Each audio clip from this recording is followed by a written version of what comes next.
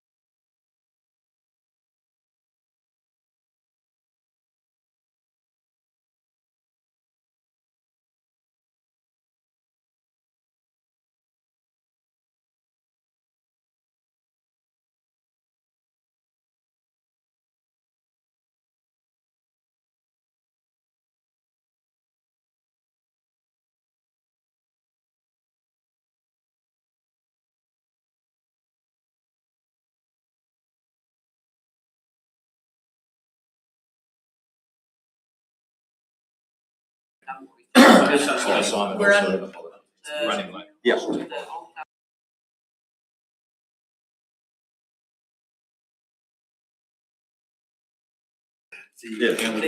Oh, good morning, everybody. Welcome to this morning's workshop. I've got an apology from Councillor McCrosty and an apology for lateness for Councillor McIntyre. He'll be 15 minutes late. You don't want to go through the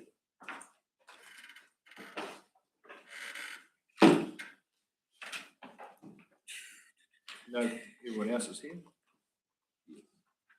What work, Councillor Harrison? Yeah, she's here. Yeah, she is here. Right. We'll get started with yay. Actually, is it ye or yay? No. What do you respond to both? Sorry? You respond Don't really to have a both? preference. Ye. Thank you. Yeah, no real major update here, just to kind of give you guys a progress as to what everything is at. Otherwise, we'll bring more back to you when there's any further updates on legislative updates. If you guys want any specific information on all of the legislation that's currently in progress, then just, email the help desk and we'll get that to you. You're quite comfortable with what's going across your desk? There's nothing too niggly that... It's basically, currently, it's everything that we've expected from last year. There's nothing really new that's kind of out of the ordinary. It's just, at the moment, it's probably just more waiting on the decisions or the kind of the design of simplifying local government, some clarifications around rates capping, post-submission process, and then, just what they've decided regarding planning bill, natural environment bill, when they're actually going to enact the system improvement bill. So there's a whole host, but it's everything that we've already brought to you previously. Right. Yeah. But you're comfortable with it all at the moment? Comfortable in the sense that yes, the legislation is progressing and the proposals are progressing. I think as you work through your long-term plan program, you guys will decide how comfortable you are with the financials, acknowledging the rates capping, and I think the other thing is simplifying local government. Hard to have any confidence in that unless we see the details. So Right. But in terms of things, it's everything we expected. I dare say once it all does come through the legislation and so forth, it's going to put a bit of pressure on you. So.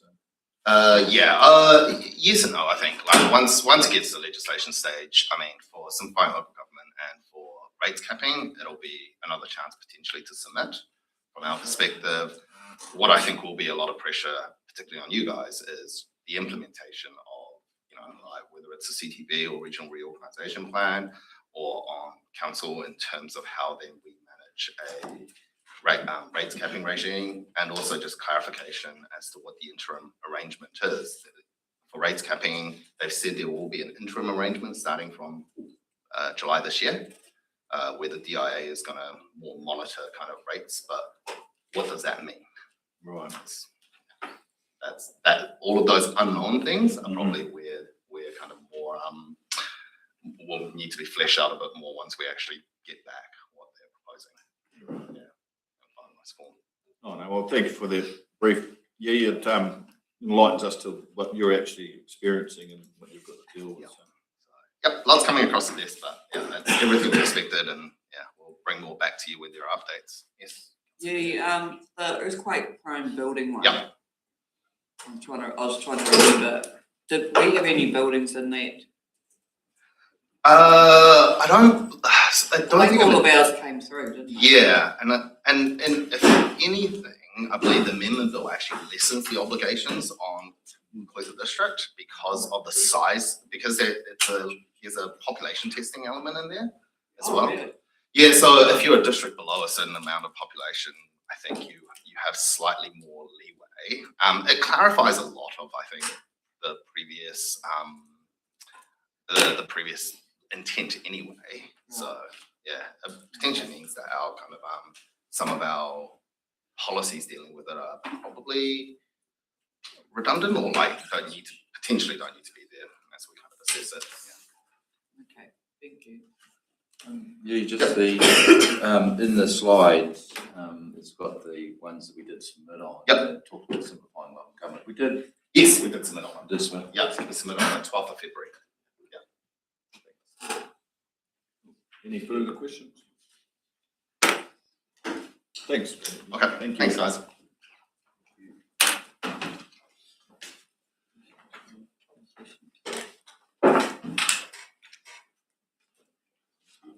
Sharon, welcome.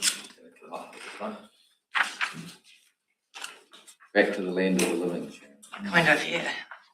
Good morning, team. First of all, I'd like to introduce you to a new member of our finance team sitting down the back. There's Vikas. Stand up. Okay, he started with us on Monday and he's going to be working primarily in the water space with and Trey's team. Morning. Welcome. Thank you. And you might as well mention, because we won't get it straight away. No, We've next. got another addition. Yeah, next week we have a lady called Afshan starting with us and she's going to be a project accountant. And work very closely with Donna's team to monitor our spending on our projects and projections and things like that. And her background is? She's done project management in, oh gosh, Trey, you might have to help me, Malaysia and Iran. And she's working in Auckland currently in an accounting firm up there. On her way here, I'd imagine. Yeah. Here tomorrow. Okay. Cool. Thank you. Great news. So in the actual paper you were given was all the, pretty much the legislative stuff, the things that we have to do and all the legalese speak. And so in the slides, I've tried to make it a little more understandable, I think. But one thing from the paper is there's a picture in there, this one here. And that's really important when it comes to the financial strategy because we can control 3 of those things, but not the 4th. And that will sort of become sort of evident as we go through. So the outcome of this session is to brief you on what the financial strategy is, why it's required, and some things we have to consider while doing it, while creating it. Thanks, Peter. Okay, so the financial strategy, as the slide says, it should be informed by a vision for the community, our contribution towards that, and the financial consequences for our community of the decisions we make. It sets our 10-year direction. It brings together decisions, financial consequences, and management. We have to consider prudent financial management, obviously, and it tells the story of our levels of service, our costs, our risks, and the trade-offs we have to take to land where we land. Next, please, Peter. Okay, there's 3 phases of this. One is developing the principles and measures, which we're going to talk about the principles and measures a little bit later, and then applying them to the budgeting process. And from that, we get the actual document that goes in the long-term plan, the financial strategy. And then from there, we have to, over the next 2 years where we do the annual plans, we have to live that strategy. We have to stay within those measures, or if not, explain why we don't. So there's 3 stages, 3 life stages to it. What if we don't, Sharon? We can change it. We just have to say why we've changed it. Like if we have a rates cap and if we breach that, we'll get a bit of a smack over the hand, but we don't. Yeah, it's just you've got to explain why you've done what you've done, things like that, and work through that. Yeah. And just sharing the difference between the rates cap that we were talking about in the LTP and financial strategy versus where the government's going. Yes.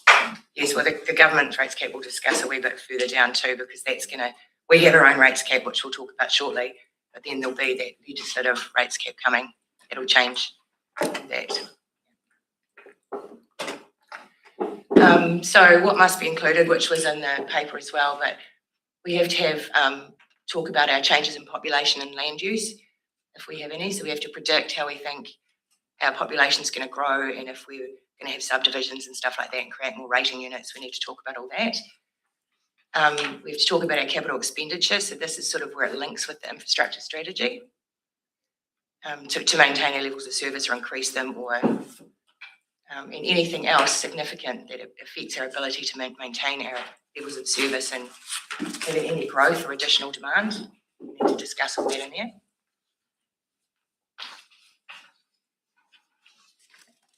And we also have to include quantified limits on rate increases, which is our self-imposed rate increase, and our limits on borrowing, which is our own self-imposed. We're going to borrow up to this level of our revenue. And we've got to explain what impact these have on your ability to provide it. Everything has to come back to providing levels of service and additional demands within those limits. Just on the rates cap that we self-imposed, that goes back to, what was it, 2 years ago when we said we wouldn't go over 20%. Correct. Yeah, I'm just thinking for the new councillors, just so that we crash course. We'll get to that. You're getting to that? Yep, it's coming. Yep.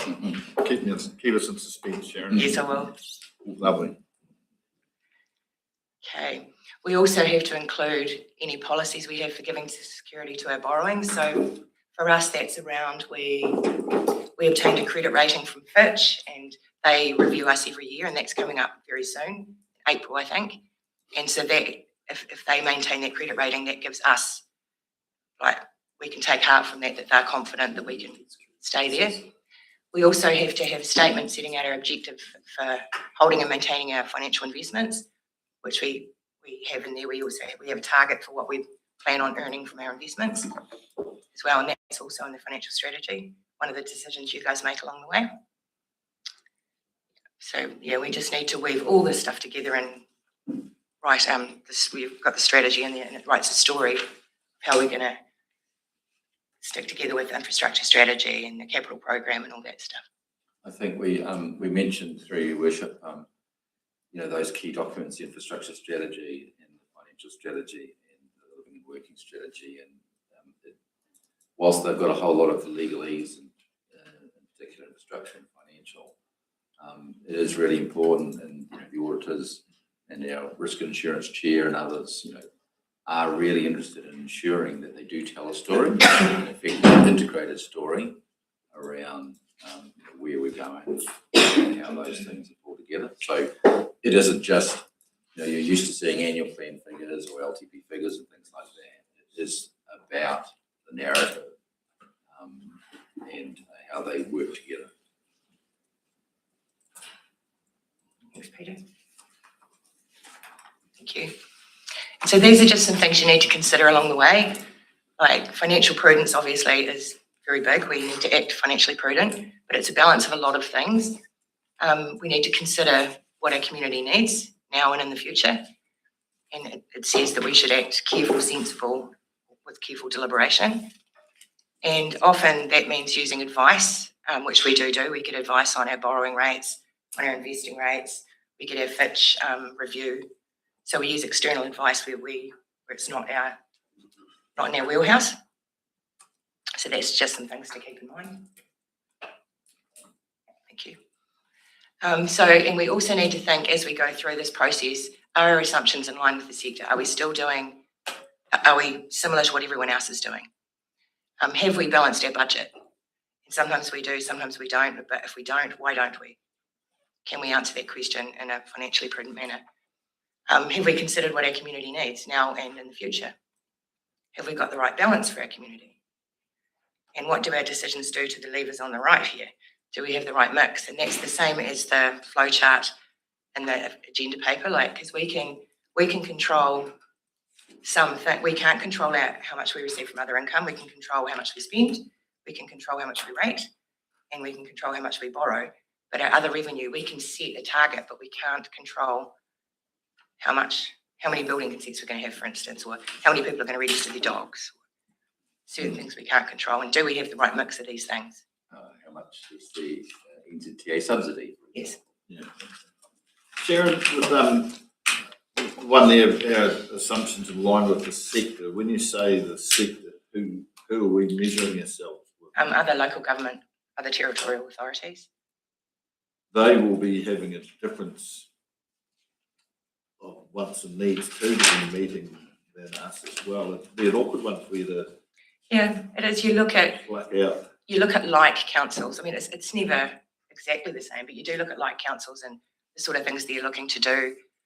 Where are they saying, no, we can't actually do that, or yes, we can do this, or our community needs this.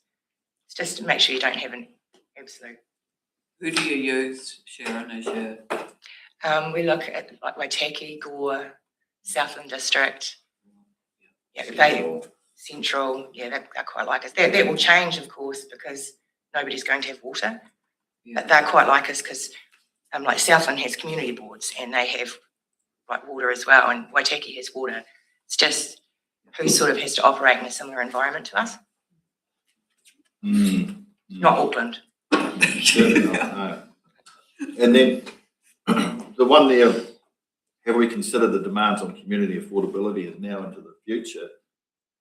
Would this not re-emphasise why we need to be going back to the communities for consultation? Yes, absolutely. And hearing their voice, because their voice is going to be the one that guides us in our decision making. So, And it's making them aware and listening to what they say, I guess. Like if they want something, here's what it costs. Tell us, do you really want it? Can you afford it? Are you happy with it? Do you want to change it? So, Yes. so it is through the consultation. it is through the consultation, yeah, certainly, and we need to be clear what we're delivering through that consultation period too, so that there is no mud. Things don't get clouded like they are at the moment. Where people are out there saying that, you know, we're cutting services. Well, we're getting two different directives then, aren't we? Like, they're telling us that they don't want to be paying exorbitant fees.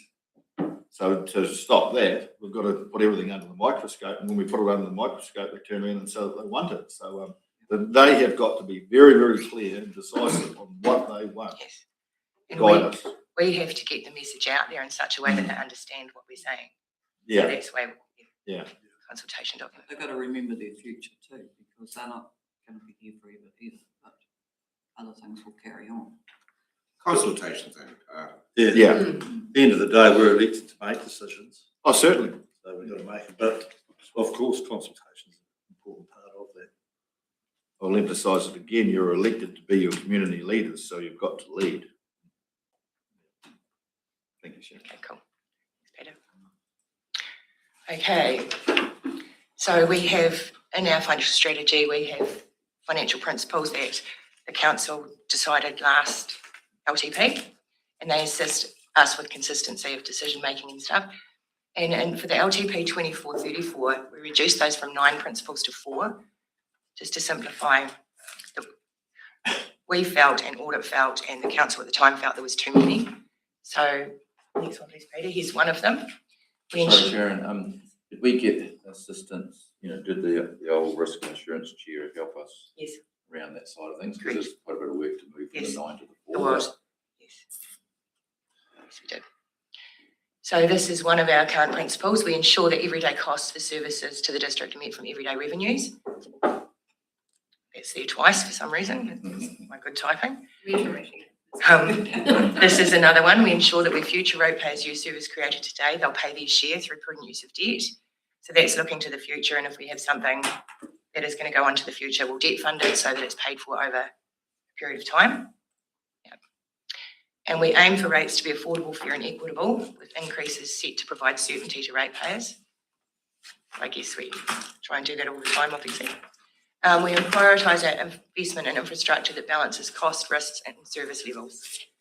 So this is sort of, when you're doing the infrastructure strategy, this will be front of mind, that it's like, we need to do all these things. How do we prioritise them? Do we need to do them?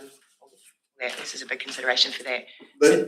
There's actually some pretty meaningful words that you've got here under these principles. Are our group managers well aware and fully informed of our principles that you've got here? Because that weight's going to be on them. They should be. Just asking for a friend. Yeah, okay, they absolutely should be. And yeah, so there was 5 more in the previous LTP, which I can get to you if you'd like to see them, but yeah. So that's our principles that guide us in doing the strategy. And then how do we measure our success? These are our existing measures in our financial strategy now. We have rates increases, debt limits. We have a section on balancing the books. We have investment fund returns. And then we have some words around resilience. So our rates increases, currently, we have a self-imposed limit not to increase our rates by more than 20% for the first 3 years of the last long-term plan. So the annual plan we're doing now is the last of those 3 years, and then we plan to drop it to 10%, no more than 10% for the remainder of the 10 years. But these limits, obviously, in conjunction with rates capping, are going to have to be revisited for this long-term plan. But that's our current limit, and we must have that one. And our debt limit, we have a limit that our net debt will not exceed more than 280% of annual revenue. And this was, in the previous plan, it was 175%, but because we obtained a credit rating, we were able to put it in at 280%. And just to stress, it's not, we don't use it as a target. We don't aim to borrow that much, it just, that is our limit. Currently, Where's our limit currently? where are we sitting currently? That's a very good question. Yeah, I'm sorry, I'm unsure, I can find that out. That gets revisited once a year when we get our review from Fitch. They look at where we land, and our GFA is very interested in that as well. Okay, so our investment funds, in our long-term plan, we targeted to earn an average of 5.25% on our investment portfolio. That was the advice we were given. This is one of those cases where we use external advice. We use a guy called Ben Trollope at Melville Jessup Weaver. He annually gives us a prediction of investment returns, which we currently have it in at 4.1% in our annual plan, and we did in last annual plan as well. And that was to align it with our borrowing percentage. Melville Jessup Weaver had actually come back with a percentage of closer to 6 or 7. I think it was 7 one year and 6 another. That's what they're predicting we would earn. But prudently, council decided to keep it at 4.1, the same as our borrowing rate. And in addition to that, just so that everyone's aware, we use $800,000 of our investment return annually to offset the UAGC. So is that a limit, or is it just a choice of council? Choice of council.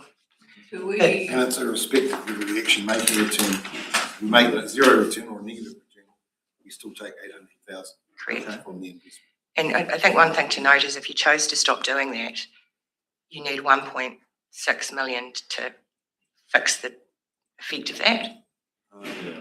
because it's cumulative. You take it out, it sort of doubles, yeah. Which was, when we talked about it, Your Worship, it was the old story about if you start increasing that subsidy, you've always got to keep it in, otherwise you end up having that double whammy on rates increases to make up for it. So we tended to have a principle where that got locked in relatively early, and we didn't want to change it because it would impact on the rates if we removed it. So we keep it in. It's achievable. It's not too much of an imposition on the investment account. If we have a bad year, like Councillor Campbell said, it's not too much of a chunk out of equity. Imagine if we'd doubled it and had 1.6 million or 2 million or something that was subsidising, which is good. But if you have a bad year, you just lose 2 million straight out of the equity of the investment. So there's that issue. Yeah. And what we've tended to do is actually just use the profit returns to be made available for other uses, other capital projects or other community projects, rather than using rates. Yeah. So it does sort of indirectly support rates, but from a different angle. It would actually be quite a good goal to have front of mind though, because it's false economy. When we're not doing our ratepayers any service, really, we're saving them not even a couple of percent on their rates. But like Steve said, we're locked into it now. It's 800K annually. it is still a good story. But yeah. Whether you like it or not, it's still a story to the ratepayers that, we do look and we are putting in. But that's $800,000 that could be getting spent in other areas. So the goal is to try and eliminate it and certainly not increase it. Like you're going to end up in the Dunedin Stadium situation in today's paper, 12 odd million there to toss out of each year. That's a bad situation to be in, but it's not the most favourable and comforting thought, but that's what we've got to work with, and yeah. I actually think it's a good figure. And it actually is a good story because knowing that we've got an investment fund and they're getting a return from it, and it is subsidising and it goes across the UAGC. So it's fair, it's equitable right throughout the district. And you've got parts of the district that know that the council sold off certain portions of land or forestry, which is then landed in that investment fund, and they are getting some benefit from it. So I think it's quite a good thing.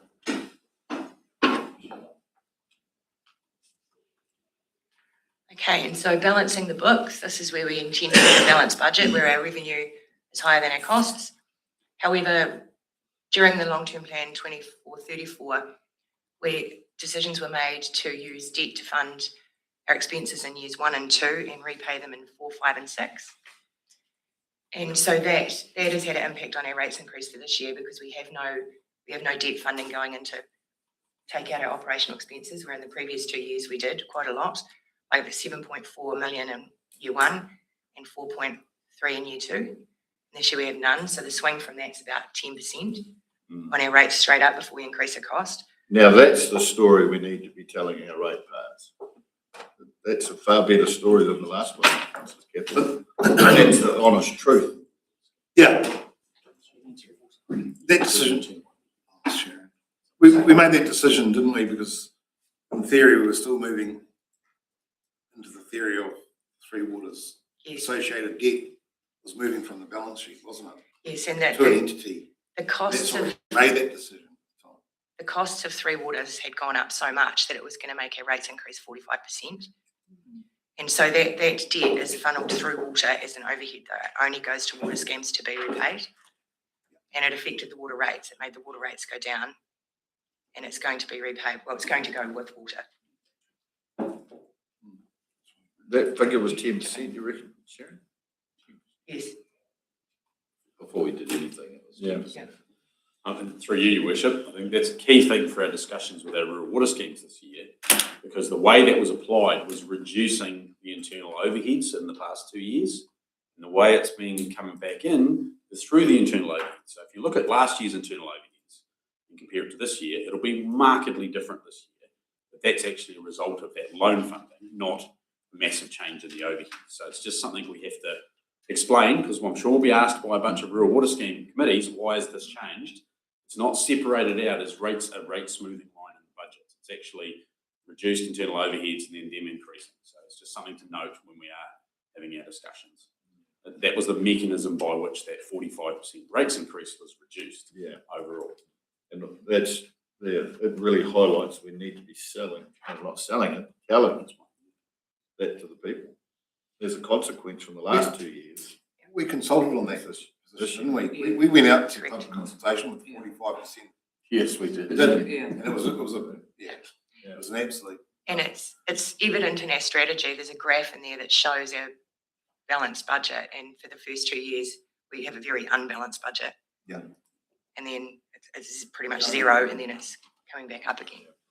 And that hence me stressing, we need to highlight that because people forget, and they forget real quick. That was 2 years ago. Yeah, that's right. So we need to use that as a stress point moving forward. When people start going on about it, where we land this year, well, there's a consequence. We could be 10% cheaper, but 2 years ago we had to do this, to do that. And now this is where we're at. So. Yeah, correct. Doesn't mean they'll believe you. Even if they did put a submission in. Yeah. And so for resilience, there's a page in our financial strategy that talks about the fact that we're prepared for unexpected events. We have insurance for our above ground assets. We self-insure, we have a fund, a small fund for our underground assets, and we have an emergency fund. And we also have debt capacity. So if something happens, we can get money in a hurry if we needed to. So that insurance for the underground, because government will come to the party for underground, won't they? Yeah, Jules, do you know? Certain level. Or there was a mixture in there why we sort of. We used to They have. do normally, but they also expect you to have some provision. Some for funding provision, each a year as portion. well. But it was also part of our risk profile, wasn't it? When we were assessing the sorts of hopefully events we spread had. out enough. we weren't necessarily suggesting a massive like Christchurch, all your underground pipes go, for example, right? So we aren't. That might happen, but the risk of that has been assessed as really low. Therefore, we've been concentrating on the above ground assets and self-insuring for underground. So we see sort of the way things happen, the limited sort of geographical areas of damage. that should be able to be managed by our emergency fund and government support. If that was the case. Yeah, we're not like a city where 90% of our assets are in one location. We distribute it out across the large geographic area, as Steve's mentioned. So it does reduce our risk profile. And we did used to have insurance for it, but then that got pulled and we couldn't obtain insurance for it anymore. So we had to look for a different way. We got very, very expensive. We decided for our risk profile. Well, they pulled it for a start, Yeah. and then getting it was. Then said if you want to stay in, you've got to pay multiple times what you were paying. It's really interesting because we actually I went to an insurance thing like before the Christchurch earthquake hit for our underground insurance. And they said, we've got enough insurance and we've got enough in our reserves to cover 2 really big events. And within a few years, we'd had those big events and there was no insurance anymore. So it's like, yeah, you never know what's around the corner. Okay, so some other things that we're going to need to consider for this financial strategy is some water assumptions, about debt transfer, removing water from our budgets, things like that. We also need to always consider inflation, growth, and other legislative assumptions that we talked about a wee bit earlier. Also, rate increases, investment returns talked about earlier. Our expenditure assumptions around, and this is where it hooks into the infrastructure strategy again, around levels of service and stuff, as well as inflation and any deficits we may be looking at. Interest rates around our borrowing, and then our spending and building of things and our reserve funding, all these things come into the sort of the mix. Okay, so these are some things that we're going to need to think about when we get back to looking at the principles. Okay, so some more key issues that are going to come into this time's financial strategy is life after Southern Water done well. We're going to have loss of revenue, we're going to have stranded overheads, we're going to have to look at, we're going to have water assets and debt off our books. Also rates capping, we're going to have to consider what that means for us going forward to year 3 of our long-term plan. Rating agency concerns, that's LGFA questioning our balanced budget and our funding of our roading depreciation in particular.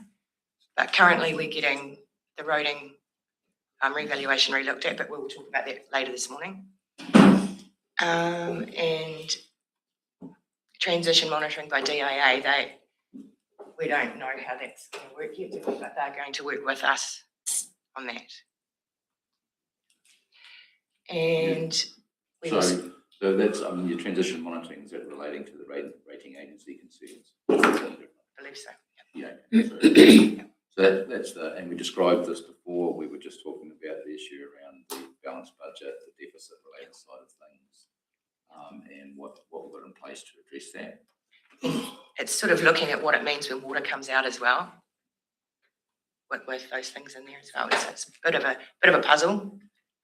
So with that key one up there, because that pretty much answers where I'm at, but the bottom of page 6 it stated our agenda was, as an elected member, you're responsible for setting the strategic direction reflected in your LTP, prudently managing council finances and engaging with your community. The financial strategy as councillors, you need to ask yourselves, are you confident your council taking a financially prudent approach to the LTP?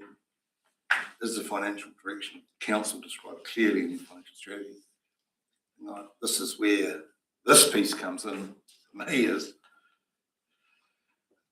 we've sort of got to, as we move into the LTP, we've got to have the answers to what Correct. these things up on the slide actually mean. Because once we work out the implications of what is our stranded overheads, our loss of revenue actually looks like, that's the only time we can start looking at what our job is to be taking financially prudent approach. Yeah, this is just an overview of what it means. Yeah. There'll be more workshops on that. We also discussed exactly those things in the last workshop. Yeah. So have you seen those slides? No. Okay, we'll give you a copy of them because it's got the proportion of water revenue, it's got an estimate of the stranded overheads. So I'll give you a copy of the slides from the last workshop. So yeah, we also need to consider our debt, obviously, because we have a limit on that. Any additional costs that we get from any reforms, and obviously funding our infrastructure, included in our infrastructure strategy. So many unknowns. Okay, so the finance and policy team will help you through this, all these things. We'll be bringing lots of stuff back to you around reforms, considerations, stranded overheads, water in, water out, debt, everything, roading revals.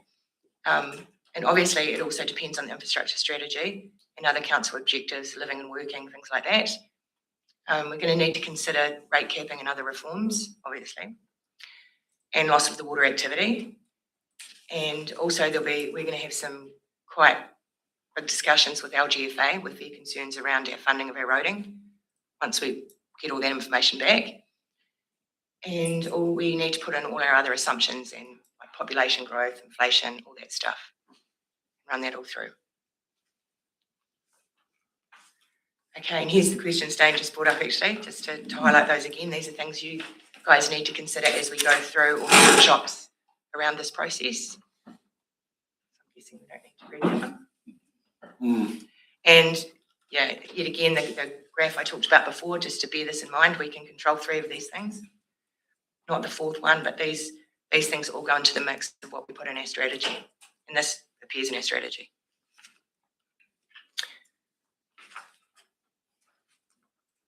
So I did have another one. What did you do with that? There was another one about previous. Oh no, there wasn't. Sorry, my bad. It's me. Any questions?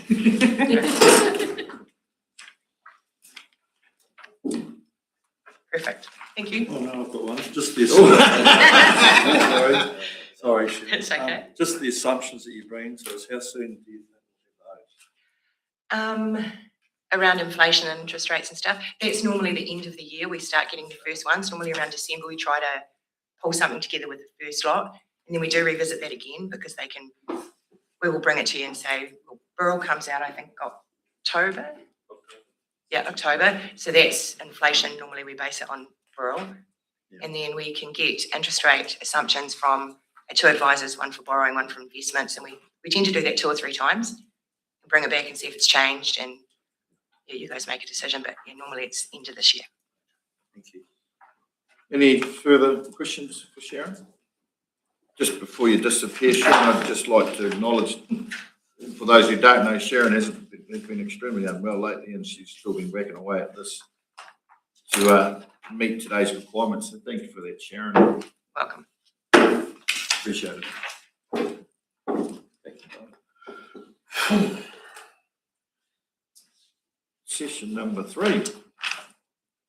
Cosmos. Morning. Morning. Thank you, Worship.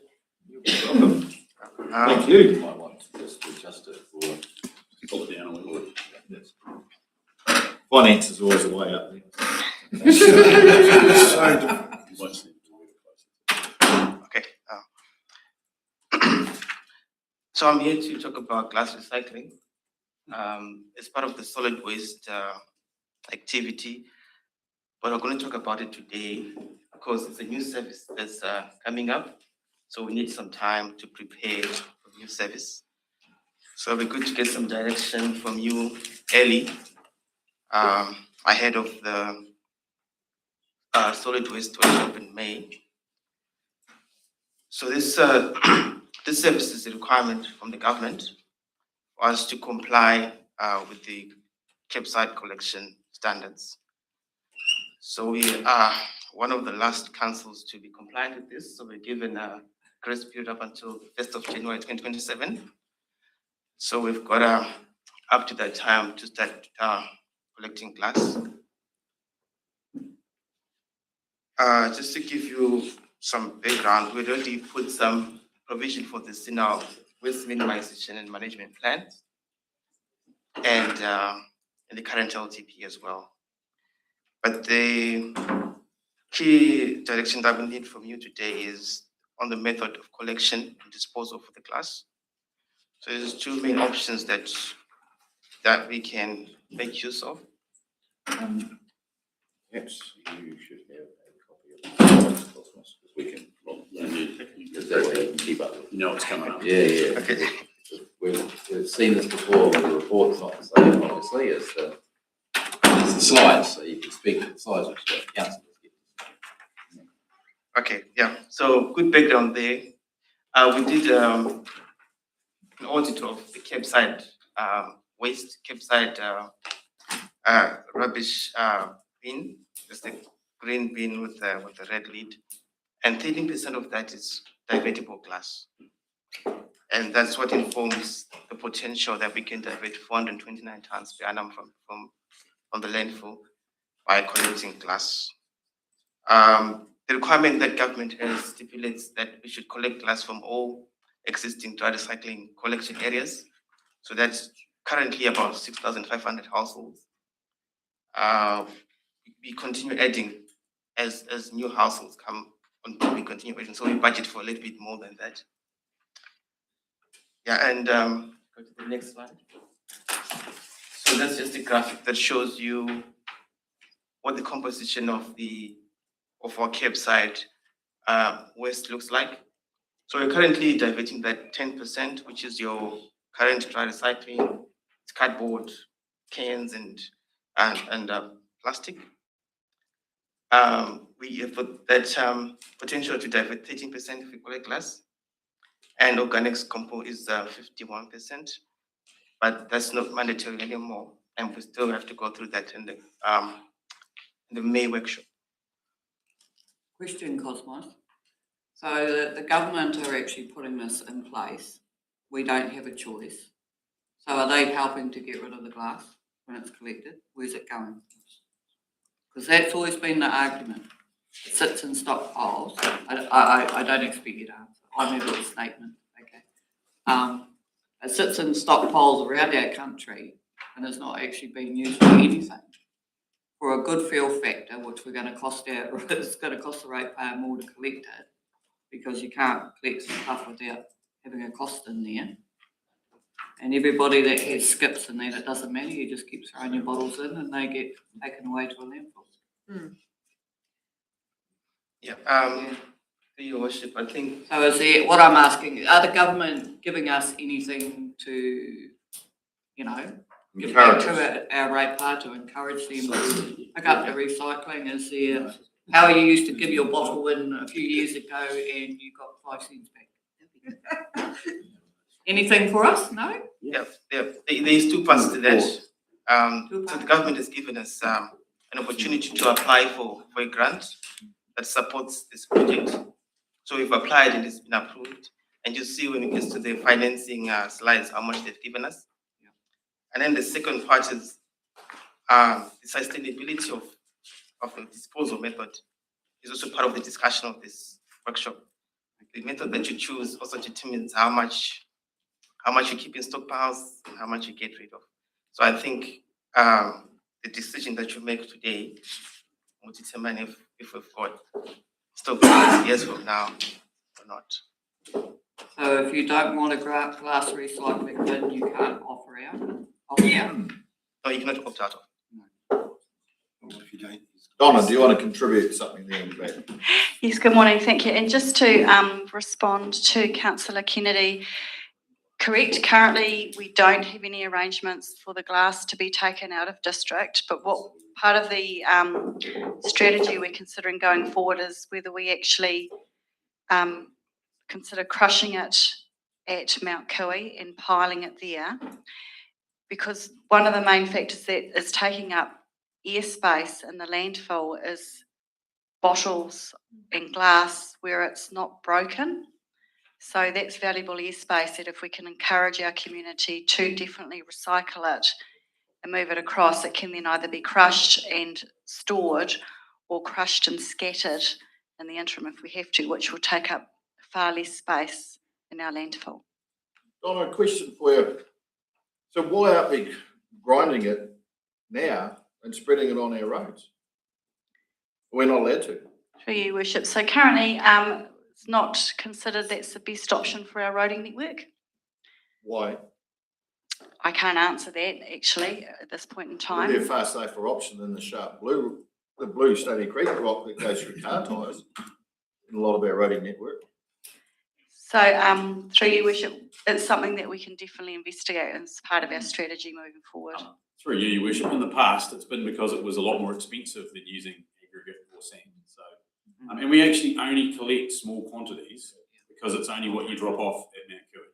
So most of what was being dropped off was used on site at Mount Cooey rather than, it wasn't economic because we weren't actually collecting it. Yes, and Yeah, also, but the issue now with the transfer stations being closed, I'm getting lots of advice from the communities that what do we do with their bottles and cardboard? So that obviously they are recycling it, and you're saying that it's using up valuable airspace. So you'd think one would zero the other one out if we crush it and it doesn't go into landfill and we just chuck it in with the gravel as it's going on our roads. Well, we're getting rid of it. so through you, Bishop. So another area that I am aware of is that because there's no facility or way currently to take the labels off the bottles, that's then considered contaminated material that would go onto the roads. But paper, Pardon? that's paper. Correct, but it still contaminates. That's no the different road than the network. rubbish that people throw out their car windows that ends up on our roads. So. It gets crushed, gets ground. Like, are we getting a wee bit too into the detail here? Like, has anyone crushed a bottle before? I've crushed a few studies and poke in the hole and it just goes, comes out and it's dust at the bottom, paper and all. The local golf club tried it for their greens, but it was the wrong type of glass. Didn't work. Yeah, but we're not talking about Labour greens, we're just intensive, talking about getting rid of the product. Your worship, the question is there. It hasn't been answered by staff. I know it's a question that a lot of members of the public ask. I know it's a question that elected members ask. You should expect that we get a definitive answer around the use or non-use of crushed glass on our roads. So I expect that we should be able to provide you a technical answer to that, because the thing we don't want to do is, when you ask about the detail, is we don't want all us non-experts, and I'm not one, to throw out all the ideas around what we can or can't do with things. What is a legitimate question? Perfectly okay, because I haven't got an answer publicly about it necessarily yet, and it's something we should investigate. Yeah. So I know work's been done, but it hasn't been formally reported back. So there's no harm in having a formal report back on the use or otherwise of crushed glass on our roading network as to why. So I think our people can do some homework on that, Your Worship. The only reason I bring that up, like Don has highlighted, we're using valuable airspace at Mount Cooey with bottles. It can be alleviated, whereas the skip, my skip, when it gets emptied, it would be 3/4 full of bottles. And there's no word of lie, you can hear it all around town when it gets emptied, it rattles. And they're not mine, trust me. But the point is, if there was a mechanism in place that I knew it was going to help the radar, rather than go to landfill, I'd have them separated so that they could be crushed or whatever. Councillor Grant. I'm not an expert, but Really? I've always had it. You've been leading us up the garden path, councillor. The neighbouring councils have facilities crushed glass. Right? Yes. As part of one of the options that we put in here is crushing glass for aggregate, and our initial investigations, talking to other councils who are crushing glass, are reflected in the risk that is there. That they also have stockpiles of glass, because again, the contractors who are working on the roads require certain standard or certain quality, but we're not definitively saying for our case. We need a transportation team to look into that and see what we require in our roads and whether we can crash to that to the size that they prefer, and so that it complements what we get from the other quarries.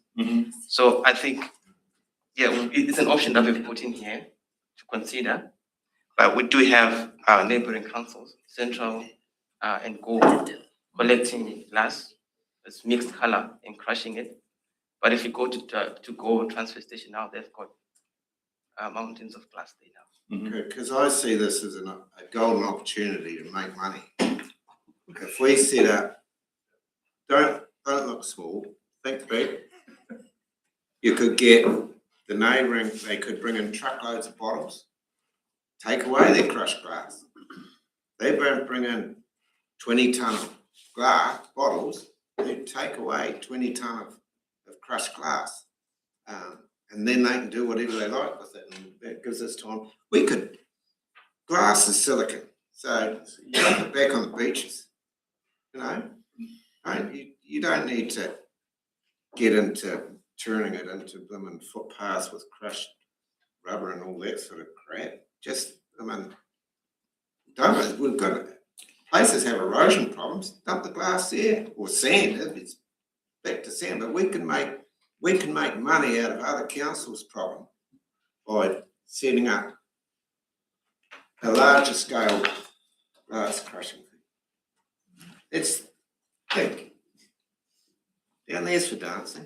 Thank you for that wisdom, councillor Graham. He's gonna sit on his stool sorting out the glass. Councillor You don't McIntyre. need to sort it, get it. Councillor McIntyre. I thought we're here today though, Provide Cosmos with to direction. sort out 2 glass recycling options and pick one. And we have to have one, we have to have rolling by January 1st. Yep. These other things are on the group. Exactly. Thank you for bringing it back on track, councillor. Cheaper not to Councillor go. Catlin. Yeah, so on that note, after reading the report and looking at it, to me, it absolutely defeats the purpose of recycling that glass. Colour sort, cube strike and shipped to Auckland. How is that a benefit to the environment? And then if it's contaminated, then we get the bill of landfilling it in Auckland. Like it was the bottom of the South Island. To me, there only was one option. We're forced into a corner. It is to take it to our own landfill and crush it. Like, come on, you gotta have rocks in your head if you think taking glass and sorting it out and going through a massive cost. The other thing about the report will say is there's no estimate of cost of either option. Through you, Richard, can we work through the presentations, because they're in the presentation, so can we just actually go through the discussions? To the individual household, are they? Yeah, it's in the presentation. Councillor. Just the option one, I'm looking at, the picture actually tells the story. The truck's parked on yellow line. It's bad enough around our town now with normal wheelie bins getting picked up with the recycling truck stopping for 2 seconds. It's not practical to be able to do roadside collection the way that the option one is, for safety reasons alone. Can you go to the next slide, so we can work through the risk. It's been done a lot. Sometimes there's danger in giving elected members the full slides. We end up jumping. Yeah. Well, we've read our report. Yeah, but there's extra information in the slides. Yeah, but we've read our report. There's more information in The the job's to read our reports, isn't it? You can get the latest information from the slides. Okay, so these are the options that we have. So the first option is to color store the campsite and ship to Auckland. This is the only food recycling facility we have in the country. So they actually turn it back into glass bottles and glass jars in Auckland. So this is a complete recycling process. And then the other option that we have is to collect mixed color, either 80-litre wheelie bins every fortnight or 120-litre bins every month. And then this is where we have to determine how we're going to dispose of the collected glass. So if we move to the next slide, we'll just walk through the options. So this is the crate that you get if we're going to go for option one. This is the 45-litre crate that the residents will get, and they'll bring it to campsite like this. In this crate, they will have to bring in full glasses, not broken glasses. So that's for a fortnight, Cosmos. Every fortnight, yes. You pull that one up, Bruce? The operator or his runner will sort it campsite, right? And then the material that's collected here is consolidated with, so there's preliminary discussions to consultate with the Dunedin City, and then shipped to Auckland. For this is the only place where we can restart.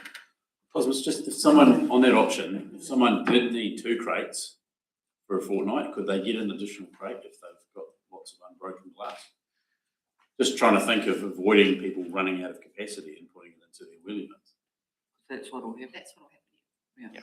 Just some people might need it, not. Yeah, I think it's not like it's load. Okay, operations, yeah. Cosmos, so, through the advice I've been getting lately, what's the options, the glass recycling, now that the transfer stations are temporarily closed down, they've got to take it to Mount Cooey.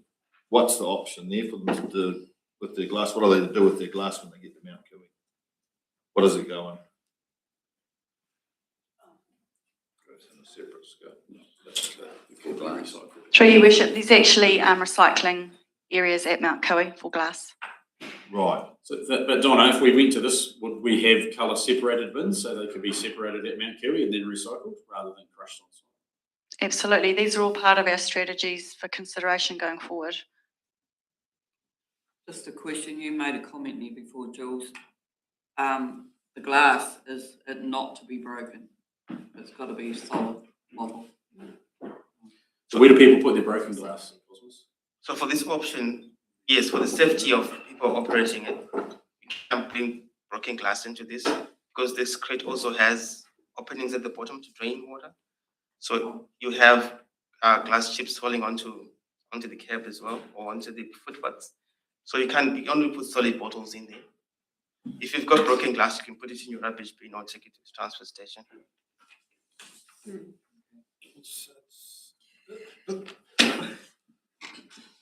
Okay. So this is what it looks like when they're now collecting it. So the campsite, with the specialized trucks to have different compartments for different colors of glass. So you've already highlighted some of the risks that are associated with this option. The glass handling and traffic safety around this, but this is really a contractor issue, and contractors who have been doing this already have processes in place to take care of this. And so this is a risk that is there, but it's a contractor, it's a risk that we expect the contractor to handle. Is it done in lots of places? We know, obviously looking at that picture, it's done in Tauranga City, and we know it's done in DCC. Do we know if this is common in other places? Most other places have got this, but in bigger cities, definitely they do. But around us, like I mentioned, Central, I've got mixed color. I think Queenstown, I've got color sorted, and Go are just introducing their glass service now. I think separate glass service because they've commingled with the other. South have a rubbish bin and a recycle bin, red and yellow. Do they put glass in their recycling bin? Yes. Okay. Yeah.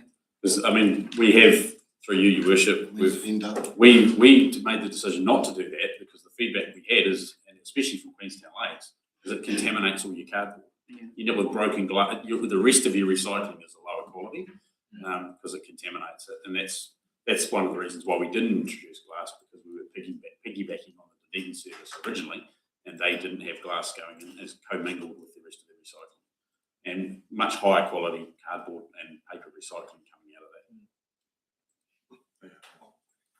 Still do it, so I don't know why. Contamination is another issue. So again, this has already been raised, the issue of contamination. This is actually a better option in terms of handling contamination because an operator is going to actually look at the bottles and sort them. Whereas if it's in a bin, they're not going to see it until it gets into the truck, and then it's going to be too late. So in this case, the operator again is expected to be trained enough to identify and separate out contaminated bottles. So that's a thing that we can also ask the contractor or enforce within our contract, that the contractor should be able to identify and separate contamination to a certain extent. So you can't put your cigarette stubs in your beer. Yep.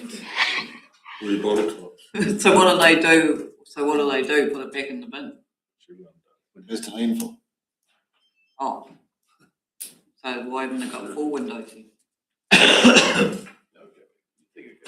think you just leave He's it. obviously looking at the bottle, Reject. so he's obviously going reject. You'd probably leave it in the bin and you give them 3 strikes and you wouldn't pick up the glass recycling for 3 months. Okay, yeah.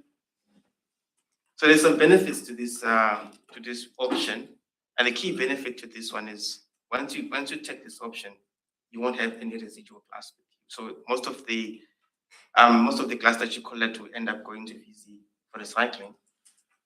you won't have any material to deal with or to dispose of after you won't have to investigate methods of disposing of it. It's a complete recycling solution, which means you can actually, with this method, you can recycle glass infinite number of times. You don't have to worry about it degrading in quality. It's not downcycling material, so to speak. So option 2 is where we get these wheelie bins, and you can put all the colors in these wheelie bins, and there's no need for anyone to sort the colors. It'll be collected in just the same way that we're currently collecting rubbish, with the truck that tips it into the truck. As it stands now, we'd have to crush it and stockpile it while we investigate a sustainable way of disposing of it. We've had preliminary discussions with the transportation team about this. They find that there's some opportunities that are there to sort of manage the aggregate that they have from certain quarries where they don't have the right care of aggregate. But the challenge that we have is how we're going to manage contamination, and also whether this is sustainable going forward, depending on the performance that it does in the first few years of it being used.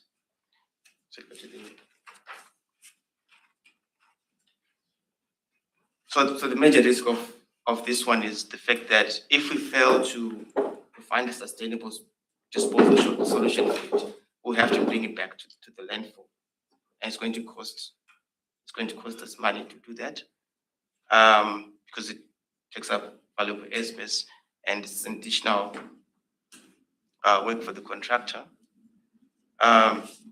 Because there's no operator intervention at the point of collection, there's also potential for contamination, which then affects the crushed material. If people put their caps, bottle caps, and other things in the bottles. Yeah. So the use cases for this are currently we're just exploring the transportation use case. So that's the only option we have now. If it doesn't work, then that's the risk we won't have anywhere to put it. So there's benefits there as well, which is the current methods that operators or contractors are using now is applicable to this option, which makes it easier for those who will be making use of. They've got trucks that are also compatible with this option as well. So those are the benefits that are there. So we'll just look at the costs. I mentioned that the government has given us a grant. For the total of that grant is 418,000 that we can draw down from. And that grant is applicable to purchase of bins, education and communication, and project management. So depending on the size of the bin, so the option 1 is 45 litre crate, so it's much more affordable. So that makes it the cost of bins much lower than the option 2, but that's all covered with the ministry grant. For option 2, we'd have to co-fund the grant with the West Levy allocation that we get from the government as well. So that is no additional rates impact. Education and communication is important because we obviously want people to participate in it, but we also want to educate them how to do it right. So that's a critical component of the funding that's going to help in the success of the project. And then project management, someone would have to go out and manage the whole setting up of the new service. So that's 50,000 that we got from the ministry to also support that. In the event that we need glass bunkers, and that's part of the current solid waste activity strategic investigations that are being done, that will be funded through the West Levy allocation that we get from the government, because it does fund capital projects like this. The only rates impact that we get is the operational costs. And the indicative numbers that we have from the early investigations that we have is what you're looking at now is that if we take option 1, we have to budget for something like 300K for that, and that will be funded from rates. So we cannot use the West Levy or FMFE grant for operational costs, because they're really to support us with the project side of things. And if you look at option 2, that looks like 270,000. So some context to those numbers is for option 1, because we have got a relationship with DCC that we're working on. That means that's going to significantly reduce our transportation costs, because we're going to piggyback on their logistics to VZ. And then we also get a glass rebate. So there's a rebate that you get when you recycle glass through that method that offsets your operational costs. So that's why it looks like those costs are not that much different, even though that option 1 method is more involving in terms of how it's delivered. So just some questions. So the operation cost in option 1 is a net cost. Yes. With offsets, so that's fine. Where is the cost associated in option 2 with the limited airspace Mount Kui cost for use of it, if that's what you're going to do? Or where is the cost for the crushing equipment, the capital cost of the crushing equipment to crush it? Because you said we need to be crushing it. Yeah. Where is that reflected in those costs? No, it's not reflected for in that cost, and you're right. But the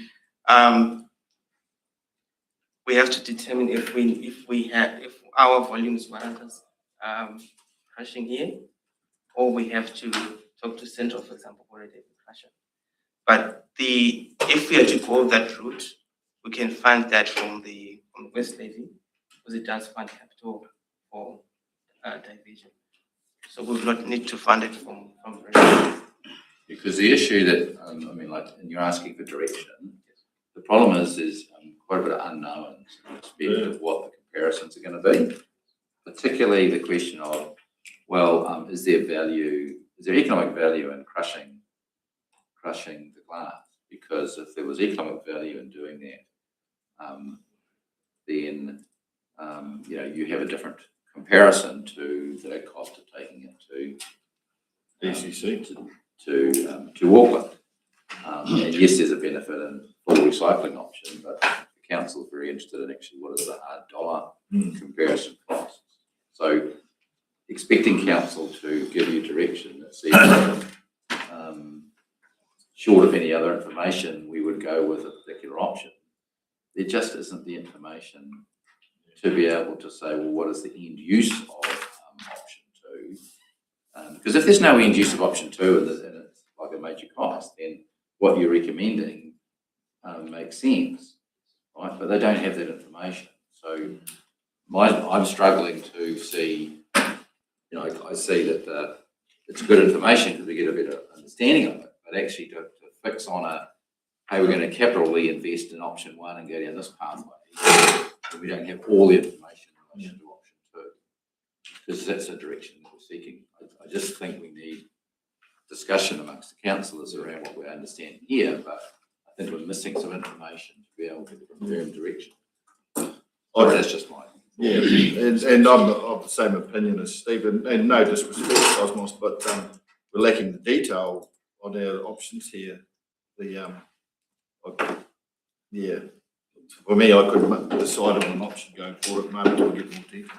Councillor Catlin. Well, I agree with what Steve's saying, but I actually don't really even need the answers, because the investment to create the truck to actually go with option 1 and the cost of, the operational cost you've got to drive out plus the solar at the same time, talking, there's no way they're going to be so far apart in the actual cost of the actual ratepayer between option 1 and option 2. And I'm just being really realistic.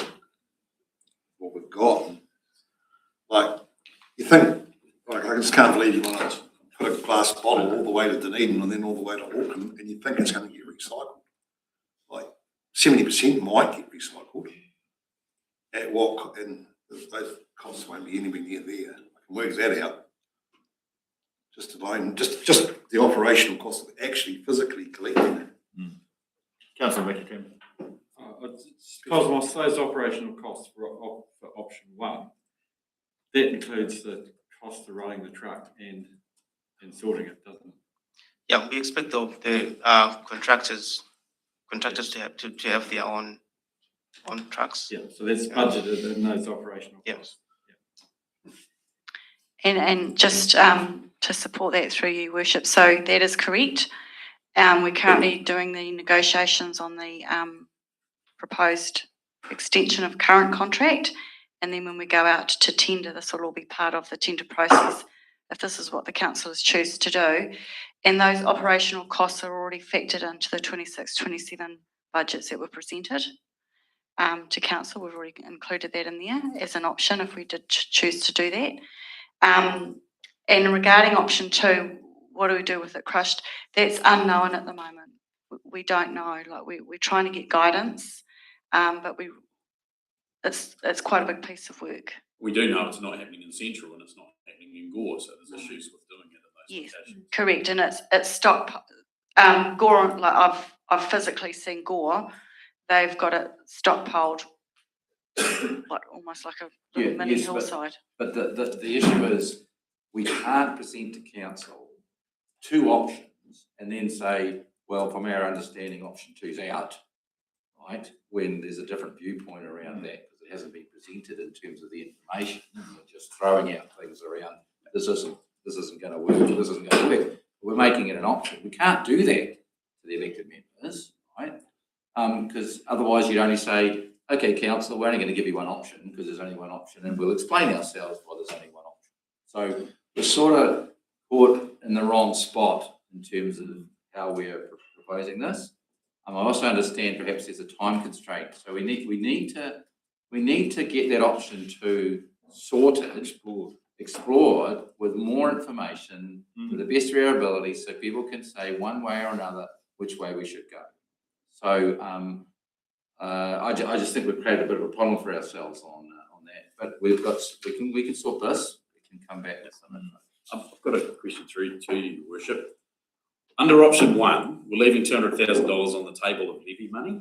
Can that be used to fund some of the purchase of the trucks and reduce our operating costs? Through you, the purchase of the trucks wouldn't be council assets. The expectation would be that the contractors would do that. No, I know, but is there some way we could work that through? Because otherwise we're leaving $200,000 on the table of our levy fund. It could be part of the next stage. Yeah, I think what we're identifying though is that we need to do further work on both stages so that we can be really clear around the options that council has. Just a question on the bins, Cosmos. You would have obviously looked at the other areas. Are they using that smaller bin or are they going to the wheelie bin type thing for the month? They're all using those wee bins, aren't they? Dunedin and that use Colour wee sorting. bins? For mixed colour, for option two, you mean? Is it option two? Well, for whichever one you're doing, where you're collecting, what's the bin sizes are only quite small, aren't they? Yes. Yeah, option one. For colour sorting, they're small because you've got to be able to pick them up and sort them. Yeah. And when you've got a wheelie bin, they get thrown in and get broken, so you can't colour sort with a wheelie bin. Councillor Smith. Through you, Your Honour, that's another concern of mine as well. You're saying one option, you get a 45 litre fortnight, and the other option, you can have 120 litres or 80 litres. I'm not sure for a family of five, that one's 45. I've seen them in Dunedin, every place I've gone through, they're flowing over. And, you know, my kids eat them onion gherkins and that, they'll be that much glass in there in the first week. That's just me, but you're limiting the two options of size of the recycling. So then on that, then my question would be when you guys come back to us, but so currently your wheelie bin's like $400 getting picked up.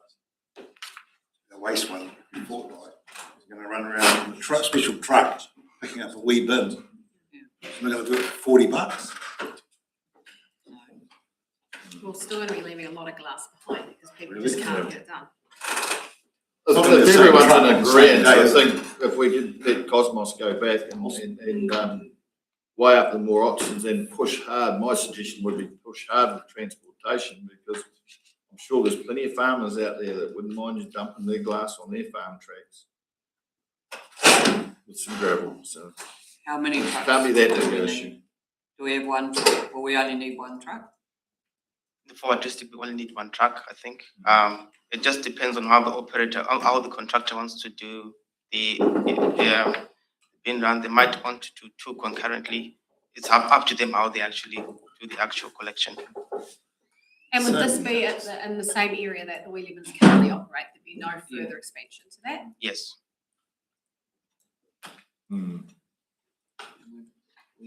Close their transfers. Right, I think we've given, oh, sorry, Larry. I was just going to comment on that thing, because we used to use coal dust on our lanes. Mm-hmm. So if recycled glass, crushed glass was an option, we'd be into that.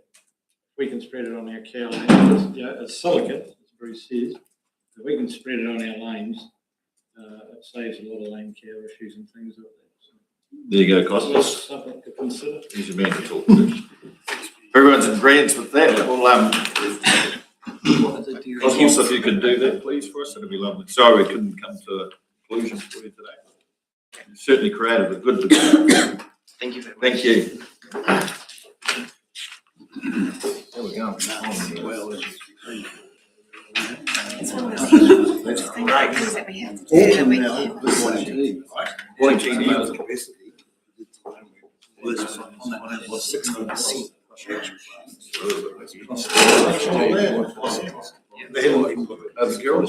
What's actually. I think we'll talk about Yeah, people aren't engaging it because they're going to get. okay. So if everyone's in agreement, we might have an early morning thing. If that's all right with Julie and Anna, and, we'll reconvene at 10:30.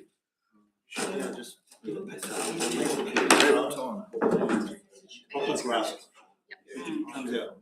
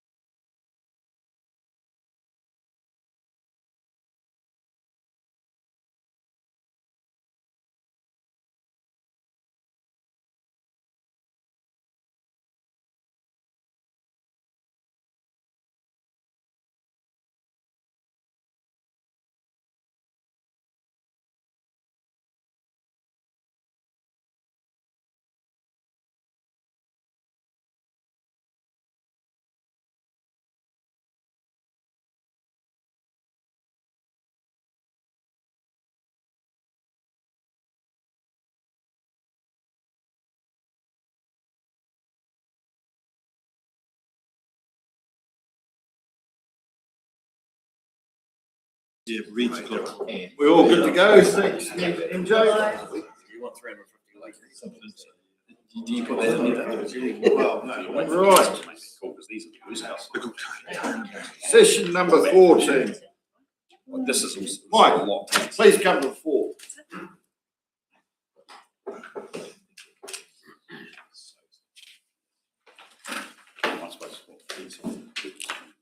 Welcome. Thank you, Your Worship. So it's a tag team again between myself and Cosmos. I've also got Delwyn up the back, so she's the team leader for this particular activity, community housing. Tough questions can go to Delwyn, is that correct? That's correct. She likes the tough ones. So the outcomes that we would like to get from this session, we are after your direction on preferred levels of service and associated KPIs. So for this particular activity, community housing, and your direction on your preferred approach towards operations, maintenance, renewal, and growth. So just if we go to the next slide, please, Peter.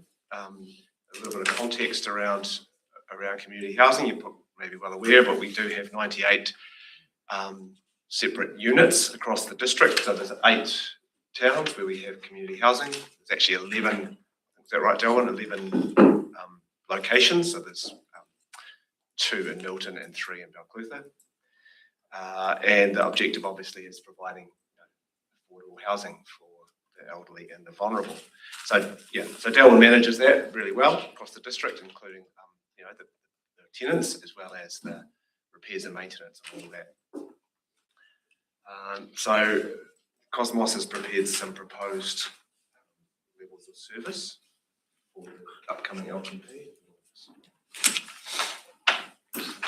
Yeah, so the levels of service that we are proposing for this current upcoming LTP, the occupancy rate, 90% occupancy. We generally have more than that because there's high demand for these housing units. Then we've got the customer service request response. So this is how quickly we respond to tenant requests. And we're looking at responding to 95% of requests within 5 working days. And then there's a regulatory compliance service parameter here, where we're looking at the compliance, percentage of housing units that are compliant with the healthy home standards. And we generally want to have at least 95% compliance. Sometimes we do have to address some issues that come up during healthy homes inspections, so we can't always be 100%, even though that's our desire. So feedback we need from you is when you look at these levels of service, whether you need to bump them up or change them in any way, but this is what we are proposing. Through your worship. 95% healthy home standard, the law is 100%. How are we getting away with that? George just asked me the same question. Because it can be $7,000 for every incident that's not sorted. So through you, Your Worship. So what we're saying there is that obviously we want to have all of the units at the healthy home standard, but when we go on comment, but basically when we get them, we have to have them inspected every year or whatever it is. If they fail, if something's worn, a window's drafty or something, we fail that inspection, then we're not meeting the 100%. So obviously immediately we're going to do something about that, but for that month or that period, we're not meeting that standard until we do something about it. It's not like we're accepting that 5% of our units don't meet the healthy homes. It's just that sometimes we might not pass an inspection. Is that right, Del? So, Your Worship, oh, sorry, but I was going to say, so shouldn't we have the target of 100%? That's what we're trying to achieve. Well, we can. It's up to you. Well, that's what you're saying. But I guess what we're saying is we think we can achieve 95. Okay. We doubt it may not be possible to be 100% all of the time. Oh no, I understand that. I see. Could we just check, so Delwyn, with the microphone, like Sharon? Could we ask, what is why do we, why would we fail and why do we fail healthy home inspection? Okay, there's an issue at the moment that's making it lower, and that's with the Milton units. 3 years ago, it gets done every 3 years. So 3 years ago it passed, but this time around it hasn't, because the person doing the inspection has discovered that there's a cavity underneath the floor and there was no access point to it, and it needed underfloor insulation and the moisture barrier. So that's taking a bit of time to get done for all those units. So that's why it's lower at the moment. Yeah, so we're talking But about. you can put it up to, like, you can put it up to 100, but it just might not always, yeah. I mean, the point is, like, we have a statutory requirement for building consents that are, supposed to be 100% or something like that, and things. And so we don't always get that, right? But it's still, that is the requirement. So, I mean, I take the issue would be around why wouldn't it necessarily be 100% as well? I just think you've got to be careful, because if a tenant complains once or a second time, it can be $7,000 infringement for every single window that's not right. So we're quite vulnerable there if we're not. Councillor Graham. Yes, I may have missed it because I'm getting old and deaf, but that 90% occupancy, is that because work going on and the other ones to get them to their healthy home standard or re-roofing or whatever it is? Because there's quite a waiting list, isn't it?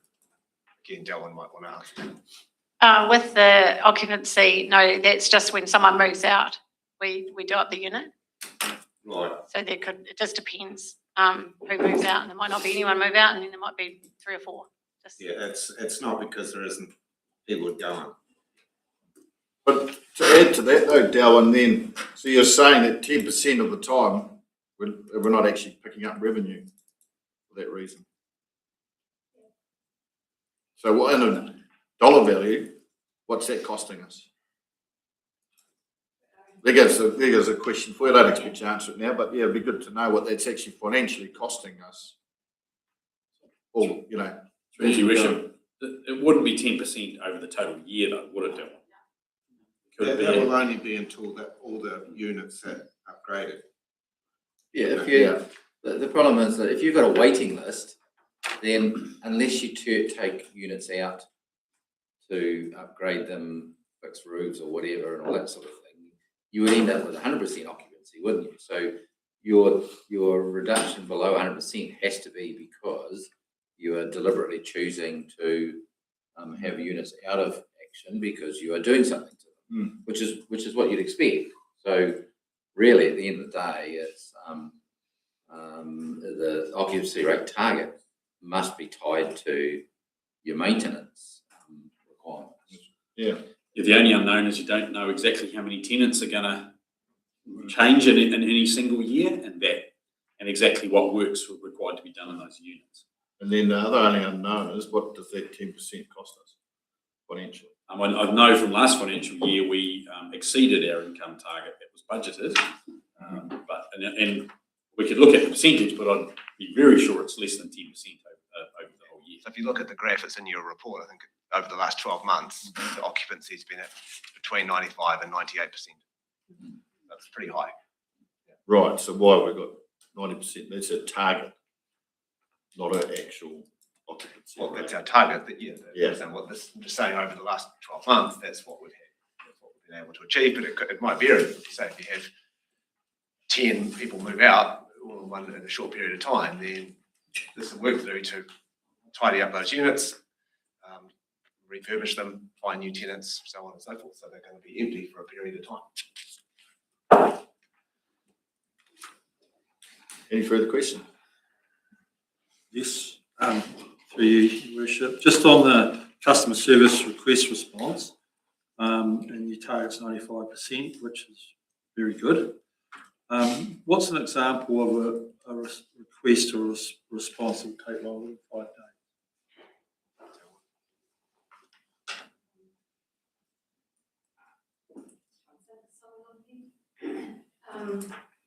Really, the response time is I get back to them pretty much the same day that they put the service request in. But it depends on the tradesperson, the plumber, the electrician. Yeah, how busy When they they're are. available. Yeah. Yeah, Yeah. okay, right, cool, thanks.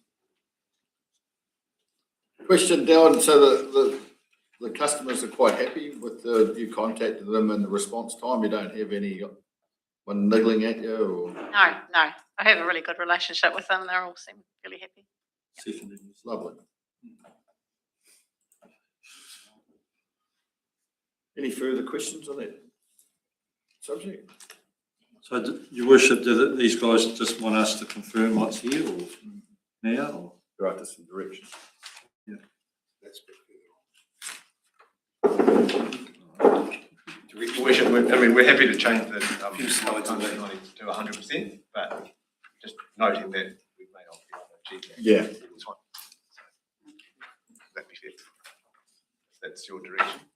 Yes, sorry, the interesting point about that example you gave though was that, you had a schedule to make them compliant, and to all your, intents and purposes, you believe they were compliant and passed an inspection. A subsequent one found something you weren't aware of, for example, therefore it's not compliant. You can't build in a percentage on that basis because actually the intention was you were compliant, right? Just that there was a thing. So technically, yes, we didn't make it. So that's an example of correctly we didn't make the target, right? But you are doing it on the basis of making sure you get 100%, right? You're not deliberately not maintaining something or not investing in something not to get 100%, right? So the target correctly can or should be 100% because it's a bit of like a statutory target, isn't it? Yep. But we also should accept the occupancy is just giving you some freeboard to do your maintenance and other bits and pieces, that you are not going to have 100% occupancy because you do have to do works on your assets over time. So it depends how you look at it, isn't it? It's still, you look at a motel or something like that, 90% occupancy rate is still a very high. Very good, yes. I can recall back in the days when we used to have much lower occupancy, didn't we, with no waiting list on things. We were struggling to get people. Yeah. We're looking at selling them. So the direction sought for this is everyone happy with the preferred levels of service? You have to with that direction. We'll change to 100%. So just, that's the only one to change, is 100? Yes.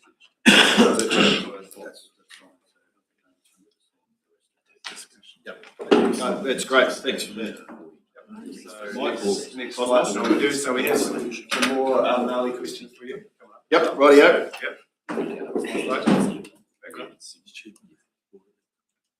So just looking at the main demographic that we are hosting in our community housing is above 65 age group. And if you look at the other graph that is there, you can see that Clutha, on average, is an older population than New Zealand as a country. And if you look at the trajectory that the population is going as a percentage of the Clutha population is growing from 17% in 2020 to 20% in 25, and projected to grow to 27% by 2050. So that means that we can expect that demographic to grow, and that will lead to higher demand for this type of service. And it's a consideration that you have to make whether this trajectory here is going to inform the growth that Mike is going to talk about in terms of additional units, or how we manage the actual demand itself. So I think that's, this slide really backs that up, and it shows that the waiting list just continues to increase. That's the blue bars there. Over the last, just over the last year, really. Yes, more than doubled in recent times. So, and it's just worth noting that we haven't created any additional units since 1988. That was the Kaitangata units, block of 3, is it, or 4? So they're generally predate that, you know, going right back into the 70s, 60s even, all the stock that we have. And that there is still, the current LTP, there's 1.7 million budgeted for additional units between 2027 and 2034. So that's in there at the moment. We had budgeted to do that earlier in previous iterations, I do recall, and then we made a decision not to actually proceed with it. And we did some further market analysis, and I know, Mike, you did the analysis and all that at the time, I think. And the decision was to put that off until that further period. So council had recognised about servicing growth, but actually hadn't put the investment in these current years. Is there a bigger waiting list in the Balclutha area or Milton, or which area is? Yep, so Balclutha and Milton are the two most popular areas for sure. Balclutha and Milton. Mike, are they, the applicants on the wait list, are they locals or are they from outside the district?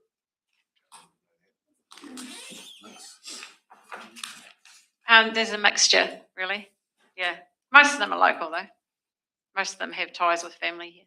Yeah, it's usually family coming home. So, and secondly, like so no additional units created since 1988. Do we need to be actually asking staff, Steve, to start working on the creation of additional units, because we're future-proofing purposes of the district, because obviously there's going to be a growing demand going back to slide before, so That's a subsequent slide. Part of the right, direction. yeah, because we'll need to keep that front of mind with the ageing units we do have, and then our ageing population. Your Worship, there has been a little bit of work done on that, I think, in terms of identifying where new units might go. And so I know Milton, so the additional units on an existing section. I don't know if there's anywhere else. We did the cost into it. Yeah, the issue at the time, and I'm not sure if it was in subsequent, I don't think we've got a slide necessarily on it, but I think my recollection, and Mike can help me, is that when we were doing it, the problem was we were dealing with the deficit as well, and it has to pay for itself, putting things up, right? And so we were dealing with that, and then when we looked at the new unit costs, clearly the new unit costs and what people would be paying for would be substantially different to what our existing stock was. Yeah. So there was quite a complicated sort of, didn't really want to go there at the time. Yeah. Because no matter what you do, what you need for the existing units to be cost neutral is not the same as what you would need for new units to be cost neutron. That was the problem. That's exactly right. Yep. Well, that's no different than buying a second-hand car at a new house. Councillor McTavish. Can I go back to the demographics? There's a couple of other things at play. People are getting older. At some point, some government's going to have the guts to put up the superannuation age. So, and people are also volunteering to work longer. And in a lot of cases, people are healthier, older. So there will be more. We're going to expect the district to. We'll have an older working population with more income. And the other thing, when you go out to 2050, one thing that really hasn't been done in the country, it's a very hard one, is there's going to be a big impact. A lot of those people retiring then will have big KiwiSaver balances. And people may be able to afford other housing or at that time. It's a real unknown. And it's quite risky to capitalise a lot going forward. So through you, Your Worship, I guess, so the other part to this is the policy that we have around,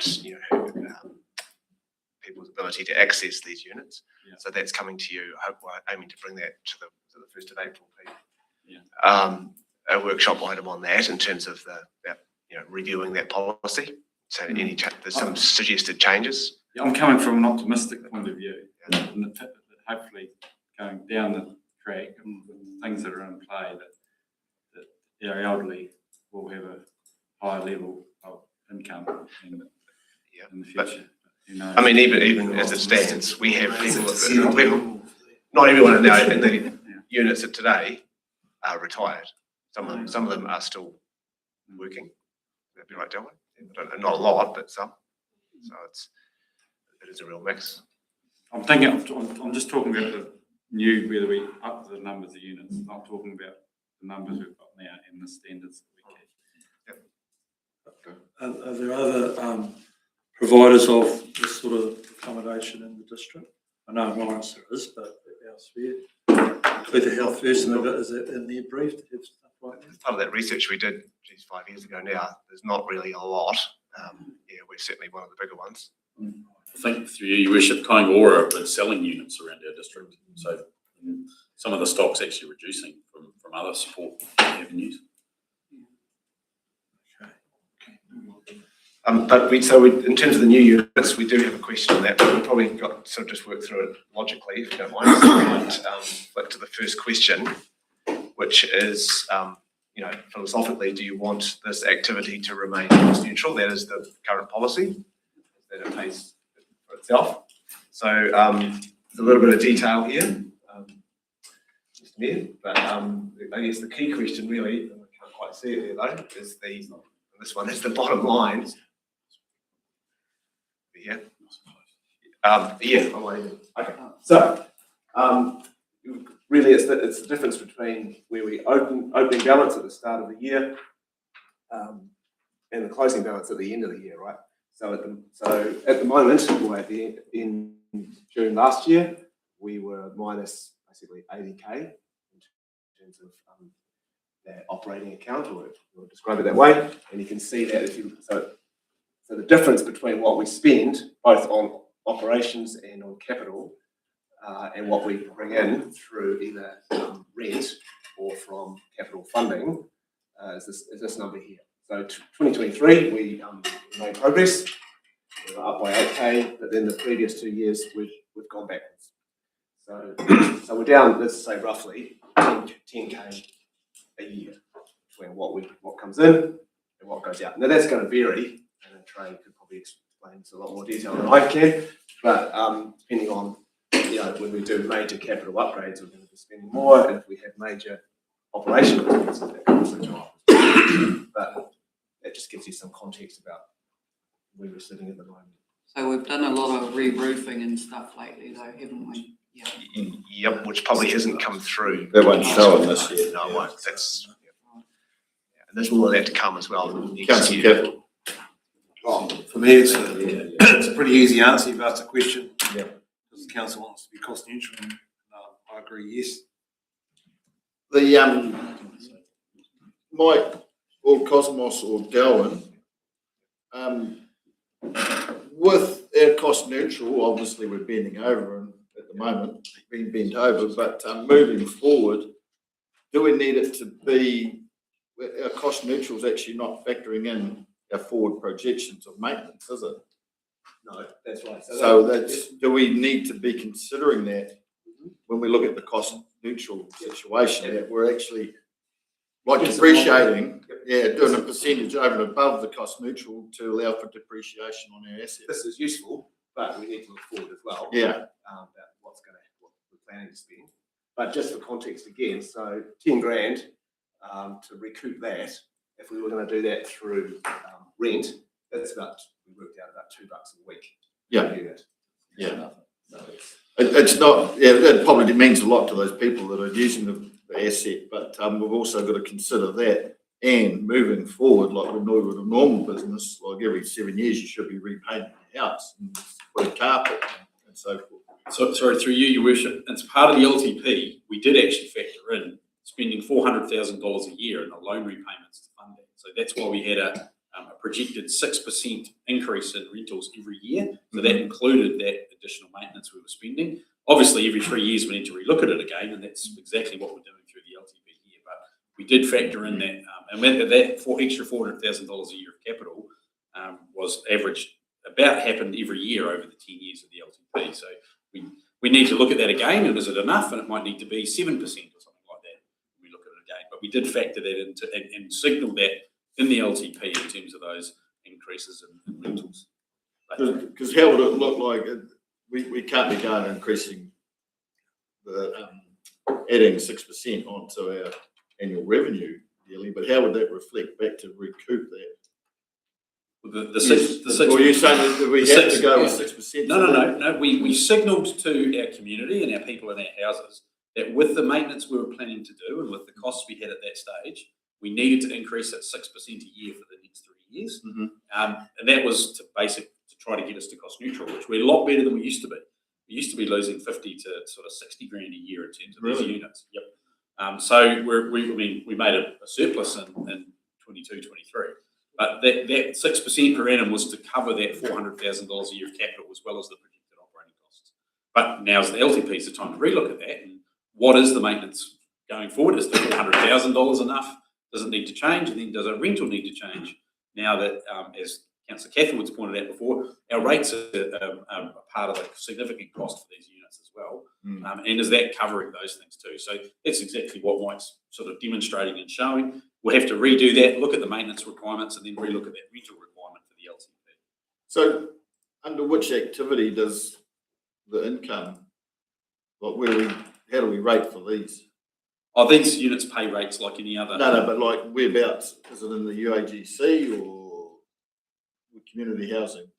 So there's no rate that goes. There's no rate. No. So That's cost neutral. Yeah. So that's the previously cost neutral. So the rates are supposed to cover. So the rental, is supposed to cover all the operating income, including these units will have to pay rates as well. So that's what I was meaning by rates. Is that they pay rates as a unit in our communities. Right. It was Councillor Cotton who had his hand up first, and then. Okay, my question, Mike, is obviously we don't run depreciation accounts like we do with our water assets. No, we do. We do? Yep. But that's where we get some of the capital funding from. Okay. But at $400,000 a year, we've gone through it faster than it's going. Okay, so that's not a loan. No, there are loans as well. Right. But that's we factored in those loan repayments into that rental increase because they needed to be funded once the depreciation reserves were gone. Okay. Right.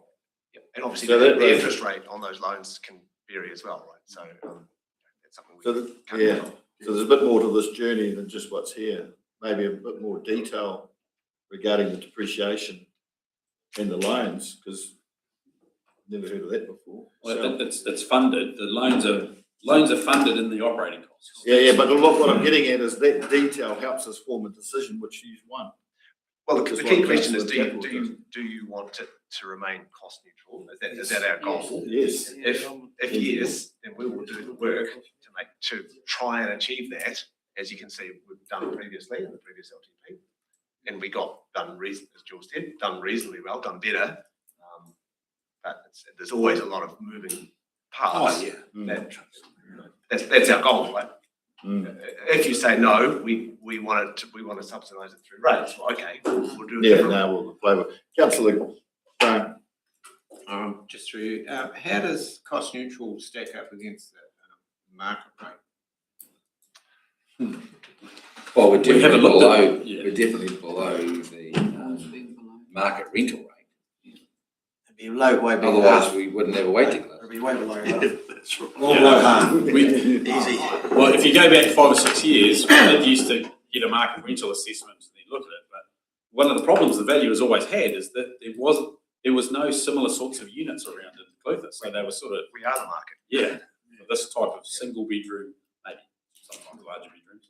But yeah, they had difficulty doing market rentals. But yeah, you go and look at what you can get a 1 bedroom unit for.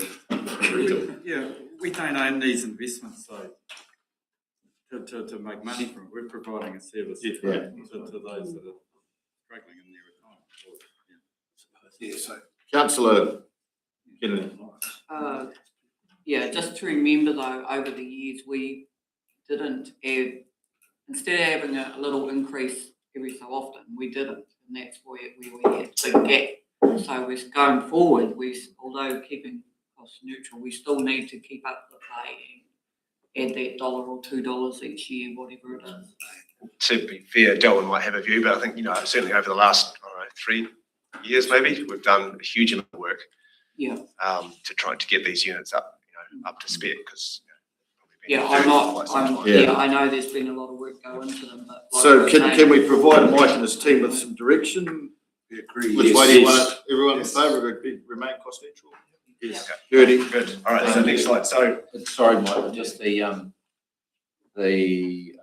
issue, effectively the opening balance deficit is a reflection of what you're saying, Councillor Kennedy, that we haven't been up, increasing and we should be, right? And one of the things that we also wanted to look at, I'm not sure if it's on a slide or not, Mike, but one of the questions was, at the end of the day, the activity by previous decisions wasn't going to be expected to make up that deficit. And it doesn't make sense from an accounting perspective to hold a deficit that you're not going to fund or do something with. So one of the things we wanted to also propose is that we should actually be suggesting to wipe the deficit and look to fund it from something.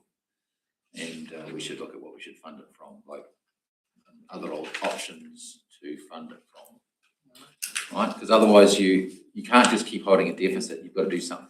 So the point would be, previous decisions have meant that you weren't trying to recover it from the rent under the cost neutral amounts, right? You were only recovering the increase in costs on an annual basis in the cost neutral side. It wasn't designed to do it as a loan that you're trying to repay over time, deficit, right? Those were the decisions that were taken in creating the deficit. So the point would be, we need to make a call around wiping that deficit or funding that deficit as well. So $2 a day or something to do that. Well, that's the question you got to, like, you've got a cost neutral decision, which says bang. The deficit itself isn't a cost neutral question, but it's sitting there as a balance, right? So if you put your rent up like you're supposed to meet the operating requirements and you're not creating a deficit in a year, then you've met the cost neutral requirement. It's a different question to say, well, what do you do about the deficit balance? Right? That's not the same principle, and it's a matter that we should be making a call on as well, so we don't keep holding the deficit all the time. So therefore you're $2. So turn your 2 into 5. Well, that's one way of doing it, or you fund it another way. Yeah, so we've undercooked the increases. We've created a deficit. So the rental increases should cover that deficit over time. But in the past, like we've always agreed you've been to very cost careful. You've been very careful. That's right. But you've also been very careful around controlling how much those rents rise because of the people that you were supporting, right? And that's why we've never looked at to date adding on the repayment of the deficit into the rental structure, right? Now we've got to do some modelling around what that means, but you were always very conscious of limiting what those rents need to move up to. can you go back to the previous slide? Councillor McIntyre. Yeah, I'd need to know what the actual size of that total deficit is. What's there? It's 79,000, 79,500. But Cumulative. to be fair, I guess, again, as part of our modelling through that, looking ahead, if we're expecting that, because we've done a huge amount of work to try and catch up, if this number, for example, is going to drop significantly, or this number is going to stabilise, drop maybe even, then we're going to stop spending so much money. We're going to keep getting the same income roughly, or slightly more. So that over time might not happen in year one, but it might happen over a period of years. We will recover. Is that fair? But that's a fair statement. But then in the meantime, what happens if something else falls apart and we've got to find money to fix it? So you're chasing your tail the whole scenario. So I think what Councillor Catherwood's talking about is, that even though it's cost neutral, we can't be expecting the ratepayers throughout the district to be help funding it, because where's the money coming from? It's coming from our ratepayer pool. So. The 6% increase this coming year it won't be anything to do with maintenance. It'll just be to cover the rates increases to those units. In fact, if you do the calculation, it might even be more. The actual just rates impact to the unit, let alone any maintenance, any leaky tap, or insurance like that, insurances, it's going to be actually more than 6% than the current rental payment they're making now. So it's quite a lot of work before we make a decision on the actual figure Yeah. If I said Of to the you, percentage. well, you could wipe out that by using your investment surplus, would you consider that? What's the total figure to wipe out? 80,000. 80,000. Well, I'd Over be 98 units. against that because you're actually taking it Over- away from someone else. So, Well, we're talking cost neutral, but society as users pays. It's a users pay society, so we're providing a cost neutral service, but the users pay. I would be open to what was just suggested to cover that out of the investment surplus, because those people that are renting, we know they're struggling, and it's not their fault that we haven't charged them for their deficit. These are historical decisions made that have created that because they didn't put it No. up. Historically, we always said it was cost neutral. What the problem was, is we set the figure of 6% was the incorrect figure for the actual escalation of the costs. That's how we've created a deficit.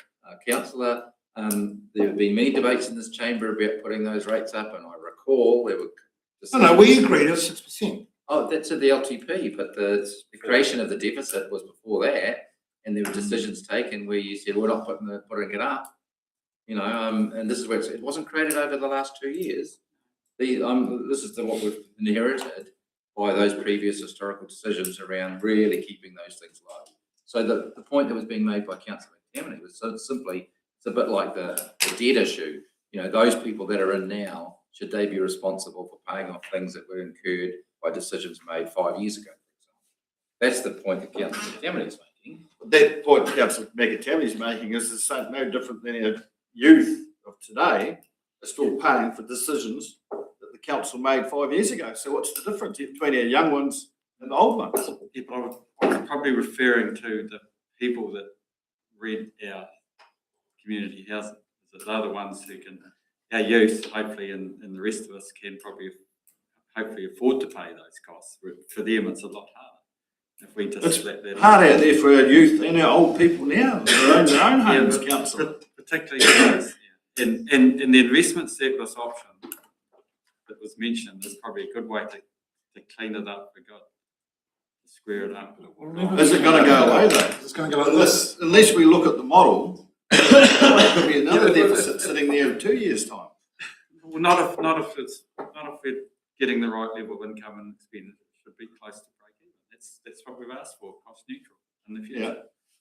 So I think more work on this model, and we could recover that moving forward, It's about looking. rather than dip into the investment fund, which other communities are entitled to as well. Yeah. That's the question. I'm just putting it out there. We're here to debate. Councillor Harrison, you look deep in thought. You got something? No, I'm just thinking of our, like we've got money set aside to do major works, haven't we? Well, we did the roofs and things like that. So, I mean, it's going to kind of balance itself out with the operating expenditure, et cetera, to come back down to a bit closer to what it is. We won't have that going forward, hopefully. There's a big spend on roofing. Yeah, which won't show up until next year's books. I think we budgeted in the LTP to have $400,000 a year of capital work to do upgrades. So yes, there's been changes in timing, but that's actually all the way out for the next 10 years to keep up to. And those things incrementally get added on as loans. So they're not paid for in that individual year, it's paid for in the following year. And 6% will bring in an extra 51 grand based on $850,000 worth of income, but that's looking at what the increases are as well. We need to look at those too. You've also got to remember, we held rents for a long time because of the communities and the elderly in the communities. And today's realisation, holding things a bit like capping, is not going to help. We are still below market rentals, and we just have to make sure that we do that little increment increase each year, or each 2 years or 3 years, whichever, to keep up with the play, because that's what we didn't do. So that's where we ended up where we are. Have we done a increase recently? 6% a year is what we projected in the LTP, and we've done that for the first 2 years. And that's what's in the fees and charges for this year, isn't it, right? Councillor Smith. Oh, no, I was just thinking, like, well, I know we're talking vulnerable and elderly and that, but there's a handful of people that I know, including the ones that all work at the freezer making pretty good money. So I think an increase, it's a no-brainer. You don't get nothing for nothing these days. And if you lived in it, you'd expect it. What's the criteria around these people living in the houses? Because I'm sitting here hearing that they're all people that are struggling, and then all of a sudden, you know, there are people living in these houses that are making really good money. So why are ratepayers subsidising somebody that's out there working, making a good living, by providing them with cheap housing? And that'd be, Doesn't make the any criteria sense. would be one for Darwin, I'd say. That's coming up later, isn't it? Yeah, so we're going to present a new policy in April. We'd like to do means testing and things like that to add in there. But the point would be, it's not costing the ratepayer because it's supposed to be rates neutral. So it's so think of it as providing a housing solution. The issue that we've got around the policy change is more about the waiting list of 42 and can that waiting list be reduced by changing the selection criteria so that it more appropriately suits. But it's not a rating, subsidising rating question. It's not that. They could be full of people paying a lot of money or earning a lot of money, but the rates aren't subsidised. Yeah. But it is more about those that need it. Can it be made available for those that need it, as opposed to? Yeah, but fair to say that probably where Larry's using subsidisation is using the investment surplus to tidy up the deficit. That is the ratepayer subsidisation. But anyway, I look at it, it's 80,000 and there's over 98 units. Divided by 52 weeks, it's $15.69. And then Councillor Smith's made the comment that the current rental for our average community housing is half of that of the actual true market. Still going to go back to The cost. other It's thing cost to neutral. remember is it's community. Councillor housing, Grant. not just aged. Yeah, I would actually fully support that coming out of the investment. We haven't got to that point yet. That investment, the bulk of it actually wasn't from forestry, but it was from the South Surrey. Yes. And these people will probably had major, they contributed to that through their working lives. It's a pittance to what we give to some people, to some communities, and some. Sounds like some of them are still working. What it does, Some of them are still working and living in the community housing. what it just means is that we can build, it's an LTP, right? So we can build two different models. I think the point is that there should be a model where that deficit is recovered from rent, because that's what a number of you are saying. And there's a model then that says, well, what it would be if we actually use investment surplus to remove the deficit as well, right? On the basis that overall everything is rates neutral. And that's fine, because at the end of the day, we can produce models all the time. So that's some good constructive conversation over there. Mike, give you a bit of direction. That's good. So moving on, I guess, to the next question, we've already maybe covered a bit of this, is that if it is operating at loss, which we've shown that maybe generally it is, to a relatively small loss, but do we increase the rent? Well, I think that's something that we're going to definitely model. That's a yes. So we can take that as a yes, I think, but we could also look to reduce the level of service. So that would mean Darwin doing less, reactive maintenance, I guess, potentially, if we had a smaller budget for that. And I think we'll probably eliminated C, so that's okay. So really, it's whether you have any further comments around B. Well, my comment around B would be that we don't lower the level of service. I think we're still catching up. I think if we keep up our maintenance, we keep up our cost neutral and once we get that percentage of the increase right, as we move further down the track through the LTP, 6% of this amount increase, next thing is a large amount, we'll have to throttle it back. And remember that it gets revised again 3 years later. So it might be, the figure might come out at 7% for the next 3 years to go cost neutral, and then in year 3 of that next long-term plan, it could actually end up being reduced to 5. I mean, keeping in mind it's, Getting larger bits, but I think I've seen the improvement of our community housing units, with us actually investing in them. And it is happening right throughout our district. I've personally gone and seen those improvements that are happening. And I don't think we want to be doing any less, really. Especially when you're giving them an increase in rent, they want to be seeing that you're maintaining and creating a better standard. Yeah, I agree 100%. We own property and maintenance is really people in Constantine wouldn't reduce it at all. I think our goal over everything is not to reduce the level of service. Try not. I guess the point I was going to make is that it's like we'll do our best, as Anthony said, to model what might happen into the future, but you can't always predict everything. We can, Of course not. you know, so you've got to continually react, and we have annual plans and stuff, and we can tweak. I think we've just got to get the figure of the realistic figure, for the next sort of 4-year projection of what that yearly increase will be. Okay, So we don't have deficits. We've got enough. okay, no, that's, I think. Yeah. Happy? So the next slide, please, Peter. So here we go. Do we still intend to create additional units as in the current LTP? Based on that previous discussion, I guess, and noting what you've said about potential, you know, rentals for those, except so on and so forth. But philosophically, is that something we still want to look at? I'd say yes. Anybody else? Larry, what's your thoughts? Yeah, I think we should be building more over time. Yep, Roger. Yeah, modelling, I'd like to see the costs though. Mm. See what it costs. Yeah, I think back to, as mentioned earlier about occupation rates. I remember discussions we were actually discussing whether we should divest them because the occupancy rates were that low. Obviously, you see in the graphs and that the projections how they're getting older, and I hope they do raise that age to 70. Not before May. We need to have housing in place. So going back, thank you for that, Jeremy, but you support four houses. Yeah, thank you. That's 4 so far, right? Councillor McAtevany? Yeah, I'm not sure. I already mentioned it before.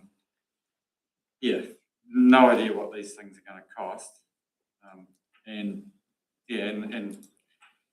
there's those issues that's already been discussed as to who actually needs these units. It appears that we're going to see that there's quite clearly a consensus here that it will probably be in favour of means testing. And there's also there's a question coming up below about major renewals. We've talked about the age of some of these community housing. We may have to spend money actually rebuilding some of them before possibly instead of. Yeah, but the question is, at the moment, Mike's asking for direction, is do we still intend to create additional units? Well, there's only 1.7 million in that LTP, and I would imagine that won't build a lot of units. 3. But he's looking for direction. He'll go away and investigate all this for us and come back to us. If it's 3 and that's over 10 years, I'll say no. Right. Councillor Kennedy. Well, probably, yeah, I know, because West Otago's looking at a different option, but, yeah. Well, But we're not looking at just solely West Otago, we're looking at the whole of the Clutha district here, councillor. I'm saying yes, we still need to have a look at it. All right. Councillor Harrison. Yeah, I definitely think we need to kind of work out how many it will be, looking at doing, but yeah. We've got the majority Do here, need but to- I'll just go around the table, Yeah. just give everyone an opportunity. Councillor Capeland. Oh,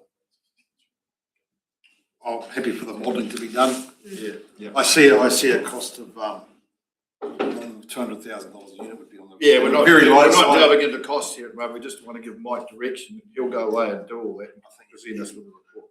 You'd be blown away by it. Councillor Smith. Yeah, like everybody. Yeah. For us. There's your direction. Thank you, councillors. There's your direction. Mike. Yep. Thank you, Your Worship. So just note, we did do quite a bit of work on this about 5 years ago, I think.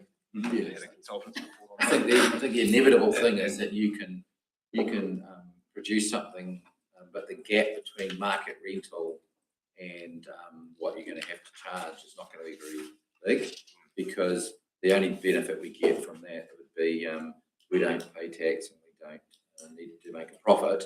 That is the only difference between us doing it and a private developer doing it, charging market rental. So it's not the same. We get inherent advantages from our own units at the moment because of the age and other bits and pieces. But that's cost neutral. We can get a pretty good rental, can't we, from our existing 98 units, which can't be replicated with any new things. That's what we identified. And the problem is that then you're really only looking at a very limited market that you're supplying it to. It's just the unfortunate nature is that you're not going to be able to replicate our 98 units and do what we're doing with it, with anything we build. And that's what we found, right? So I'm not, we'll do all the modelling, Your Worship, but all those things is sort of mitigating against getting some great, unless there was funding from other sources to support what you do, like there used to be around rental subsidies and things like that for community housing to offset that market rate that you'd have to pay. What you can actually put into the market, I think it's going to be quite problematic. Councillor There may be opportunity for market rental for some people, like we're talking means testing, and we're talking about people that could be in there that can afford that sort of thing, that the market doesn't supply now. And if that frees up space in our other units for lower income people, it could be something worth looking at. I don't know. Just a thought. I'd say why, yeah.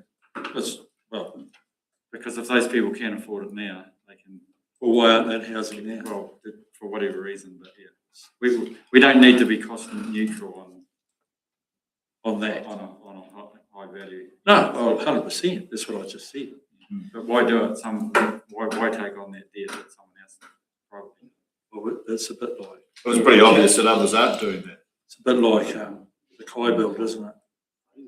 That's the model they do in Lawrence. Probably tapping millions or something. We'll go round and round. Yeah. Couple hundred grand, pay it off over 25 years. Is there an option, just thinking outside the box, that there's actually properties out there council can look at buying that are like flats instead of doing new builds? To throw something into the one that this place on the market all the time, 2 or 3 flats that are already there that you could down the track we look at purchasing and just putting it out there. Look at that, sure. Asking for a friend. Councillor Cathwood, we were saying something. You jumped in ahead of Councillor Smith. Oh, no, just seeing the long-term vision. Councillor Timmy's that sort of just thinking numbers and paying it off and paying market neutral and Well, rates and insurance. We'll sort that one out. He's just looking for direction on the item that's on the screen. We'll do further work on that particular bit. Yeah. So the next one is around renewals. I think we've got the answer there. Got the answer there as well, so that's fine. And the last one is really a Cosmos question. So we want to talk to that about the packaging that worked up if we were to do it into a shorter time frame. Yes, so this one is, if you look at the current LTP, the way our renewal work is spread in terms of the budgets, we've got approximately 400K every year. So what we found with the capital delivery team is they'll prefer to have a big amount in a shorter space of time. That's more efficient in terms of cost and working with the contractors, more attractive for contractors, and it's more efficient in terms of cost. So if we could put it into, if we could consolidate 3 years of work, for example, to 1 year and make it a big amount. So as opposed to having 400K every year, we could make it 1.2 million. I think in the last year, we asked to do that for the current renewals that are happening with the housing. It's just a way of, for example, when you're doing new builds, it's much easier if you do it in 1 year because the contractor only gets to the site to build all the builds at one go, as opposed to them going do one in 1 year, then go back again a second year. So there's a number of factors that increase cost when that is done. So it's just a different approach that we are proposing. But just, wouldn't the asset management plan identify the major renewals? So that it should be driving when the renewals are, and you know what the renewals are going to be. So, you know, like the roof one would be an example. Do all those roofs at the same time, and that's right. So doesn't the AMP show that for renewals? I mean, isn't that how you'd be describing it? Because that's the most efficient, effective way of doing it. Yes, and that is what I'm just saying this because in comparison with current LTP, the way the budgets were distributed was, like for example, the new housing units, we had a new unit, a couple of new units every 2 years. So we want to do that in a shorter space of time so that we get the benefits of efficiencies of doing it. So when you come back to council around the AMPs for community housing, then, I mean, council wants good proposals on how best to use money and things like that. So I would think council would be encouraging you to provide that information to them so they can look at that. And just simply in terms of the other one, which is the one that we're not sure where we're going with, just got to be modelling anyway, the additional units. It'll depend on the modelling and we go with it and flow out. So I think that's what you would expect council is drive it through the AMP, and the AMP should be showing exactly what you're trying to suggest because it makes sense. Okay. That's your worship. Yeah, cool. Discussion. Is that it? Well, thank you for that, Mike and Cosmos. Good debatable topic. It's always. Always, yeah. Thank you for your perseverance.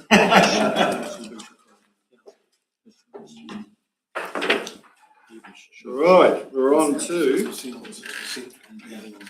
session number 5. Welcome back to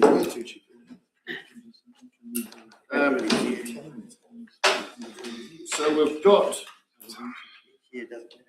session 5, and at the end we're going to finish off with some slides, and their timing was going to be 12:30, so we might be ahead of schedule here, but we've got plenty of time. Yeah, so, There's an additional section 6. yeah, the slides. Yeah. So welcome. Cool. Thanks. Through you, Worship, might do, and I'll tag team on this. I might introduce what we're required to do with the bylaw reviews. This is really to talk about what's coming up and how we juggle the work program and resources between the bylaw obligations, the immediate ones, and the work of the LTP, and dispose of a program to how we deal with that over time. Yeah, do you want to? Yep. So I just kind of so the point is just to really bring you guys a proposed timeline as to when we would give you scoping reports on bylaw reviews. Most of these are coming up for review with the exception of regulatory bylaw, but that also is subject somewhat to legislative reform. You can see kind of the proposed timing of scoping reports to council that we're proposed to bring you. You'll see a little bit more detail in page 44 of your agenda pack, where there is details as to basically when the resolution for the previous full review or adoption was, and also it's on page 44, and the review deadlines and review proposed to council. So happy to take questions on this. I guess one thing to know is the water services bylaw is obviously something that would need to be done in conjunction with Southern Water CCO, depending on kind of how that falls. So it's probably something that we do earlier than actually it's currently scheduled kind of review deadline. Hence the reason it's being says review to be determined by Southern Water CCO. I might, through your worship, add to that one bylaw, which is the vehicles on beaches bylaw, it was due for renewal by September 2027. 2020. Correct me if I'm wrong. 2027 is it due for renewal? Yep. So the vehicles on beaches. Yep. And but going back to what I was saying earlier, we don't want to start that during the long-term planning process because there'll be a lot on. Community will be pretty energised with one thing and we don't want to distract it with another thing. So that's part of the thinking behind the program.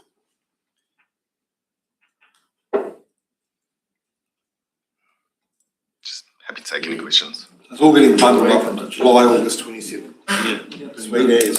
Yeah. That timing good, is it? Yes.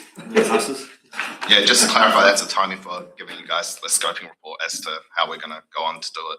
Yeah, and just pointing out, following Peter's, I should just note that, section 160A of the Local Government Act does mean that if you don't review a bylaw, for example, the Freedom Camping Bylaw, Vehicles and Beaches Bylaw, it still has effect for another 2 years post your review date.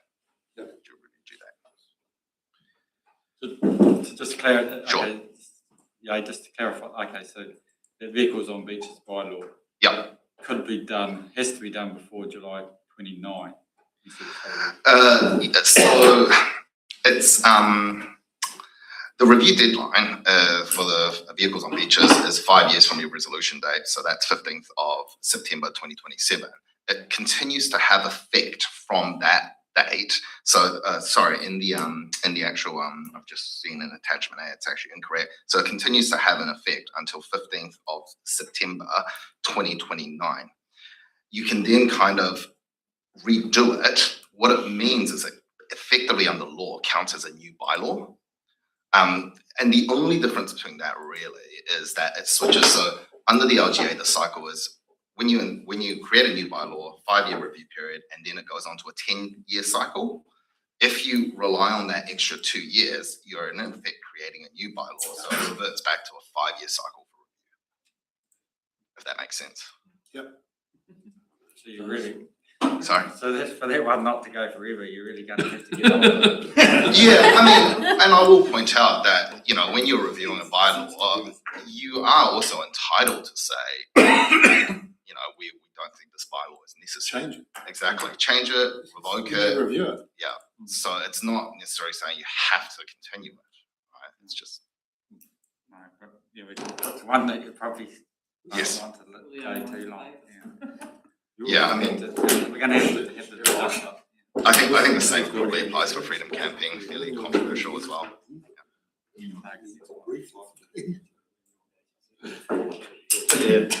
Yes. Yeah.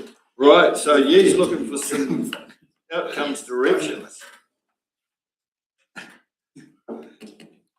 Well, we should, I think it's the timeframe, fine. Yep. Senior councillors think. Councillor Graham, in your wisdom. So all these bylaws have to be consulted on? Yes. Right, I hope they don't come in until next millennium. Excuse me. Yeah, no, I'm happy with that.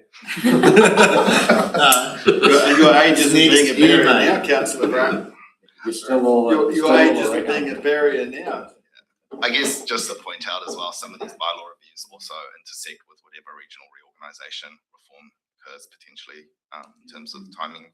That's all the split. Is Water's there going anyone away. Anyone else got any, everyone else happy for?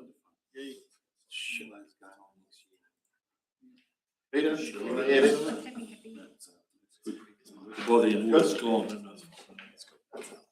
Right, so we've covered off the timeframes. It is working. On that.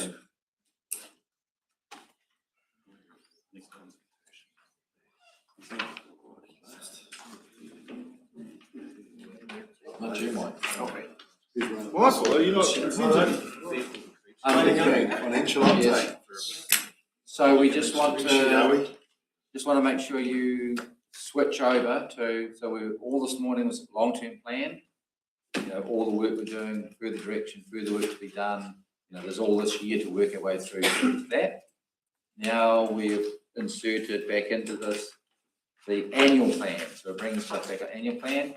Don't have that same luxury time frame, right? So we just got to get our heads around where we're heading on that, make sure we're switched on to what we're talking about, which is annual plan. Now, we're taking the opportunity to do it here rather than formal council, because we think there's going to be some time issues with the council, some spare time. Yeah. So, So, welcome back, Sharon. Thank you.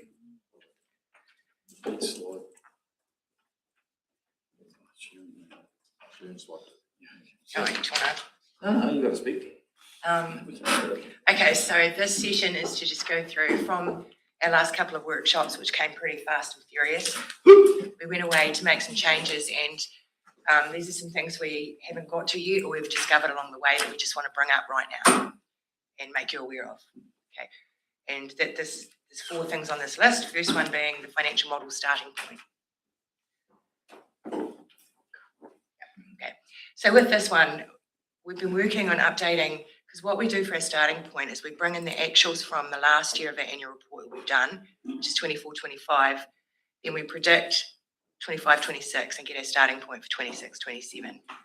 We've been having a few issues getting the 24-25 actuals into the model at the moment, and I've actually just 10 minutes ago found out that the support people I've been looking for can help me on Monday morning, so this is good news. This is external support. It's external support for how the system functions.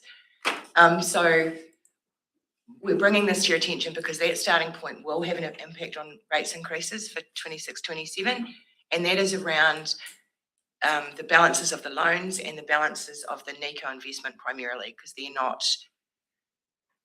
the starting point in the current model because we haven't been able to update that yet. They're both below what the annual report showed. So this is just to bring this to your attention, and as soon as we can get that fixed and everything run through, you'll be getting everything sent out to you, hopefully by end of next week.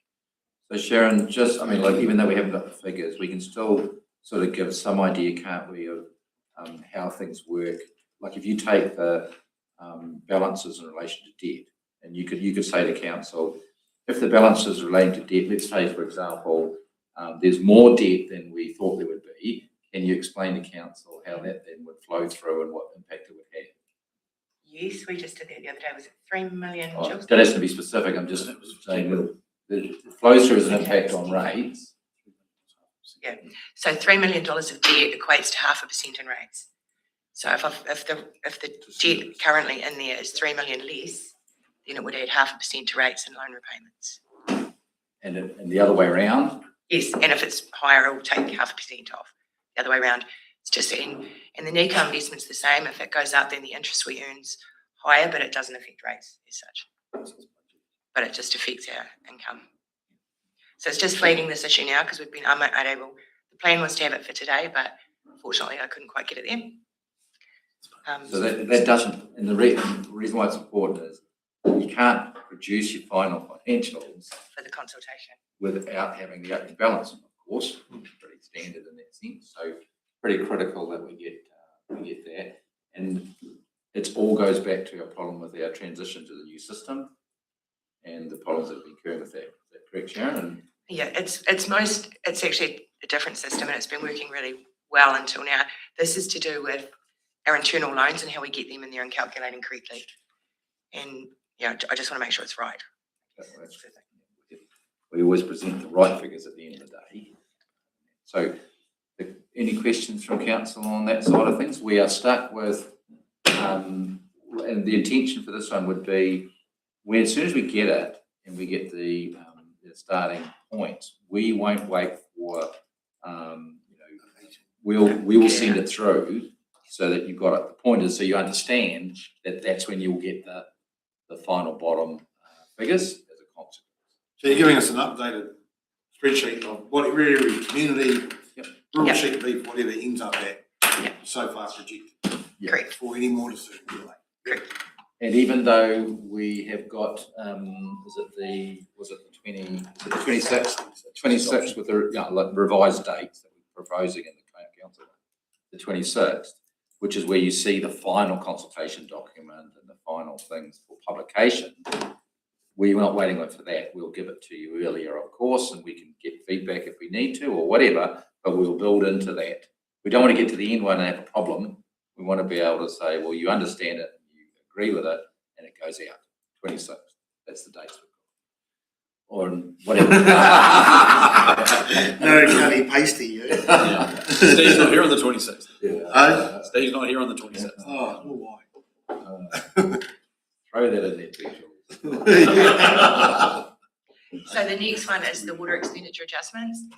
When we went away from our last meeting and went to run through savings that have been identified in the water non-routine and planned maintenance, we discovered that already been run through in December. And we'd actually reduced the non-routine maintenance by 500,000 more than you guys decided at the last meeting. In December, it was decided to reduce non-routine from 5.5 to 4.5, but in the last meeting we had, you guys decided 5 for it. So what we've actually done at this point is we've put another 500,000 back in. So now we're sitting at 5 million for non-routine. And the planned maintenance going from 500 to 250, that was already there, so we've changed nothing. But we have reduced the water team salaries for the positions that we're not recruiting for by 270. But what it means is that when those savings were run through in the workshop quickly, we said we were going from 19.14 down to 16.67. But putting them back in, it's on the next slide, Peter, thank you. Putting them back in has meant, putting the 500,000 back in has meant we're now at 19.76 currently. So, yeah, that's both those slides in a nutshell, I guess. Any questions on those?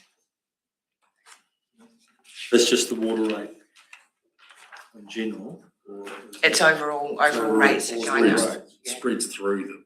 But it is in water. Will be in the water. But the overall increase that we'd signalled at the last workshop, I'm manually changing these things, was 16.67, and instead of changing it, we had to put it back in, and now we're at 19.76. I guess is what this slide's for. We've gone from 19.6 up. 0.76. Because it was a bit of a double whammy at the end of the day as a result. We did. We didn't get. We had other. 750. We had some other increases, and then we took it. We couldn't take the 750 out that we had proposed, and to get to what you decided, we had to put 500 back in. So we went the opposite way. Okay. Roading depreciation funding. This is a favourite topic at the moment, I think.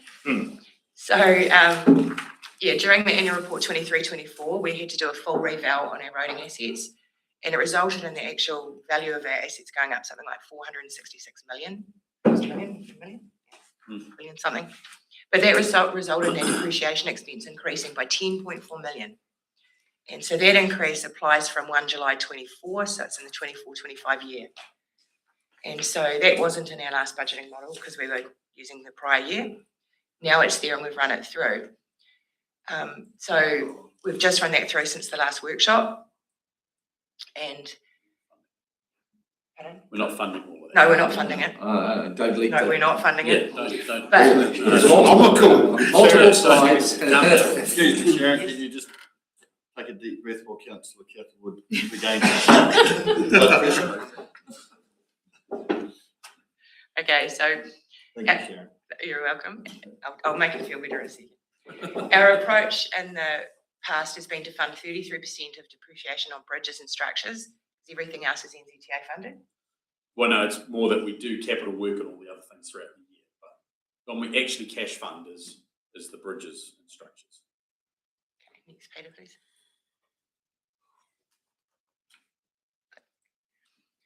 Okay, so 33% of what is in the valuation now, not the 10.4, but what's in the valuation for bridges and structures comes out at 1.35 million.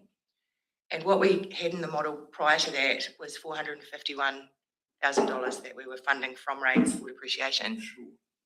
So what we are proposing to do for the consultation document is to leave that at 451 and to fund the additional 900,000 from deferred roading for 1 year and then catch up in the LTP.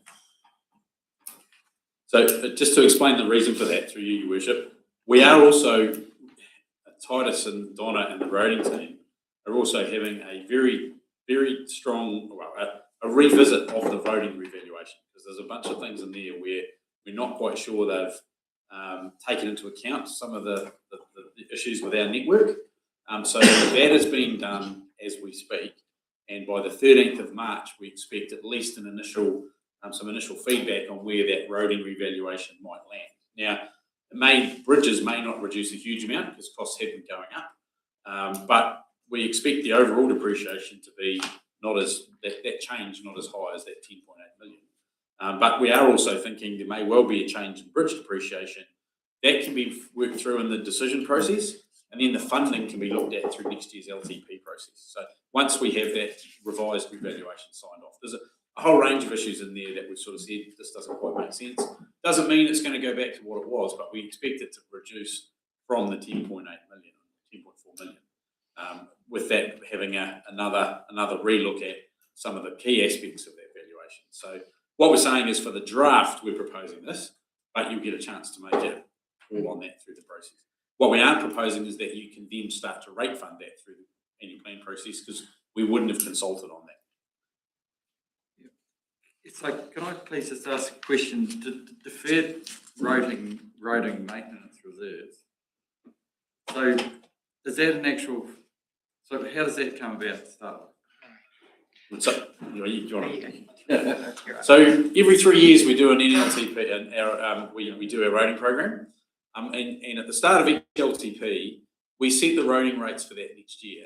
And what usually happens is by about September of that first year of the LTP, NZTA decide where the funding's going to land.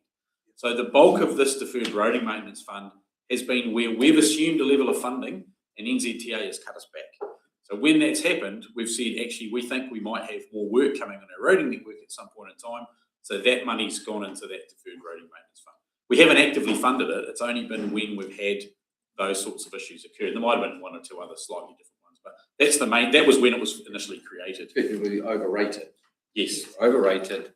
The difference goes into the reserve, and then that's been used for different purposes. And when NZTA say, actually, we've got an extra $1 million, do you have a need on your network? We've said, actually, yeah, great, we can take our 330K out of that deferred road maintenance fund. We haven't had to rate for it. Emergency works, we've also brought that to you, and you've said, take it out of that deferred road maintenance fund rather than the emergency fund. So we have been really, like, council's been really clear, it's only been used for the roading activity, but it's given us an opportunity to fund our share because it's been rated from the roading activity, so it's the funding's gone back. But the cash has actually been used elsewhere. Oh, no, only in roading. Only in the roading reserve. So this will be purely a book entry. We're basically moving it from one account into a depreciation reserve. Yeah.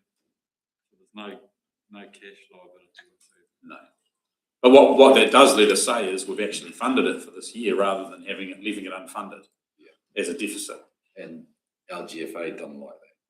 Yeah, and it's potentially if you did want more roading maintenance in the future, you haven't got it. What's the level of those? I think it's 2.6 million at the moment after you took out your 300,000 recently, give or take. Pardon? 2.9. Yeah, I think. Take it up for only paid. Yeah, because we decided to fund our share of the emergency works out of the trace. They want to come through on that. So it'll take it down to about 1.7 million. Yeah, the correct thing to. The reason we would not be suggesting you rate fund that now is because we don't have the information about what the change in valuation and annual depreciation is. So once we get that revaluation back, we'll have more of an idea about what the projected annual depreciation will be for bridges. But we don't have that at the moment. I'm expecting it to reduce. I'm not expecting it to disappear completely. And we've also seen this over. Plus, 19.71 now. Yeah. Plus, the LTP allows you to make judgments about what percentage of depreciation we should be. Should it be going up or should it drop or whatever? But it just allows us to make those judgments. But if we did choose to depreciate, to fund it from rates, that would mean we'd also have more money available to use internally somewhere else, wouldn't it? So it's, We wouldn't be taking $900,000 out of that deferred maintenance fund. yeah, but you'd have money that could be internally loaned elsewhere to reduce expenses somewhere else. If we do internal loans, we charge the full rate anyway. Yeah, so it would still be cost neutral either way. Well, right. That's what I'm meaning. There's no cash liability. So you comfortable with that? Have we a choice? Well, yes, you could agree to rates fund it and put it increase it again. About another 2%. 2.2. 490. Or you can, well, no, you can't agree to change the depreciation. Do you need any more direction, Sharon? Oh, it was more It's about more us, about just letting you know where so we're it wasn't a at. surprise and how we were going to be. Yeah, putting the it county on. council will make that decision. But it's also background for the agenda item today. Like, these are some of the reasons it's had to be deferred. So you've got more of a chance to discuss it and to ask questions before the council meeting this afternoon. And it's just indicating what numbers will be in the consultation document, things that we've got to do to keep. Right, so good luck with your external support next week.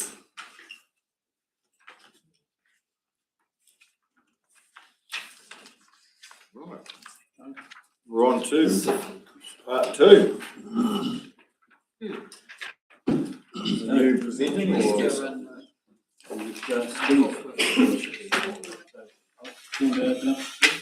So we did, I think I remember the workshop we had last, we basically said, I don't think we got enough information, but trust us, we'll put it together into a consultation document and it'll all be good. And of course, then we didn't have time to be able to actually do it for this meeting. This is good news for us because it means that we can spend a little bit more quality time on the consultation questions and we were able to pull some things together so you can actually see generally what they would look like. There's a lot of more work to be done to actually put it into something that makes sense to the public, but it gives us an idea of what the questions would look like, right? So the idea of this one is to then whip through these and just get your general views on those questions, and then allows us to be a lot more certain in producing the consultation document. It's actually been helpful to us. So Peter? So through your worship, we generally have a general feedback question. In last year's annual plan, this was the question. It was an open question, and that's how we got our feedback. So this question takes a similar approach. Open to you, your worship, for questions and discussion. Right, annual plan, general. Happy. Yep. Right, we move on. So, through your worship, in your slide pack, you've got a placeholder for this. Subsequently, there's a sheet that's been put on your desk to talk to this one. This one talks about the integrated Tapanui Library West Otago Community Centre, and it asks a couple of questions in line with previous discussions. Mike, I might call upon Mike if he wants to add to this. Basically, as you can see there, it's basically structured around whether there's support or not, yes or no, for the proposition of $2.5 million being funded for this purpose, as we previously discussed in other workshops with respect to the annual plan. And then it goes to the question of, if you support it, then which funding model do you want to consider? And it's got two options there effectively. One is a model where it would be funded on a split based on the various purposes of the centre, which in broad terms is, it's a bit more granular than this, and these numbers reflect that, but in broad terms, 50% of the centre is essentially integrated facilities, a library with shared facilities, and 50% is the West Otago. Pete, it's not 50-50, it's about 80% 20, isn't it, Mike? Yeah. I think just based on space alone, I think it was about a third was the community facility, and 2/3 was library or joint, as in toilets and stuff that you would share. But that's just the space. That's the actual cost of producing those things. Well, then I've drawn the wrong numbers. When I said 50, it was, I'll go into the exact numbers that I've used here, but we can adjust it. It will and I'll indicate the differences. The library was 40% of the space, and bear with me, Mike. The library was 40% of the space. There was shared facilities at 27%, and then the residual was the community centre. Is that correct? So library 40%, shared space 27, community space 33%. And the figures here are calculated on the basis that 40% plus half of 27 equals a bit over 50%. So just to explain the differences, one option is fully funded like a library, and the other option is part funded like a library, part funded like community services. So those are the broad options, and all of this detail gives effect to that. We might be able to simplify that wording a wee bit, but those were the general two funding options that are put to the community. We might just need to be a bit simpler in the percentages, but that's the broad difference. I think not so much the question, if you support, it's more the choices are very quite clunky. The general public aren't going to understand what they're reading there. I think what the general public actually understand is what's it going to cost my pocket. I think it's Mr. Targo portion, The actual overall Clutha district.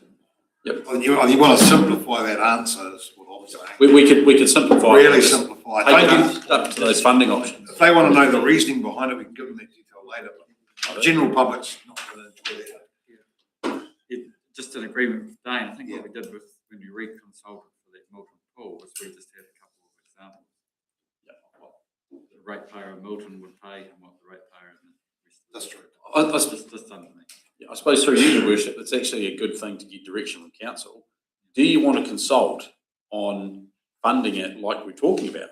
Do you want to consult it as funding it as a mix of community services and library, or just funding it like a library? If you guys don't want to have those two options, or you want to consider that during the decision phase, you put the worst case one in and you can always pull it back later on. Do you want to ask the community that, or do you want to give them the worst case and you consider those funding options as part of the decision process? I think it's a fierce. You kind of have to have As you said, because if we go across the board, you might get the majority of the districts outside of the area. All they see is a cost.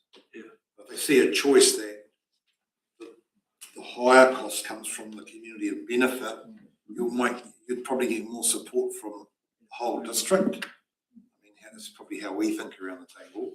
So I think we sort of have, it's a bit clunky, but I think you've got to have two. Okay, no, that's fine. This is the direction we wanted. I don't know. That's because we can refine these and try and make them easier to understand. But we didn't want to have this debate when we're trying to finalise the document. If we only had one option, you might have a real higher chance of getting no's to one. Yeah, absolutely. And our goal is to actually achieve the result. Yeah, just going on the Milton Pole complex, it's all, well, Chop as the councillor, it's all people talked about, if you'd back this up, is that, why am I paying $30 towards the Milton Pole and I live in Morris? So that's the way people think. It's got to be easy. So I mean, that's reasonable direction. So it's important to not just have the option that's across all the UAGC that everybody's paying, that we want a chance of success to have a second one that does spread it a bit through this, but be clearer around what it means in the pocket. So we'll look at that. Can I just check, Michelle, that 2.5, we were clear that the 2.5 is all that was that they were looking for?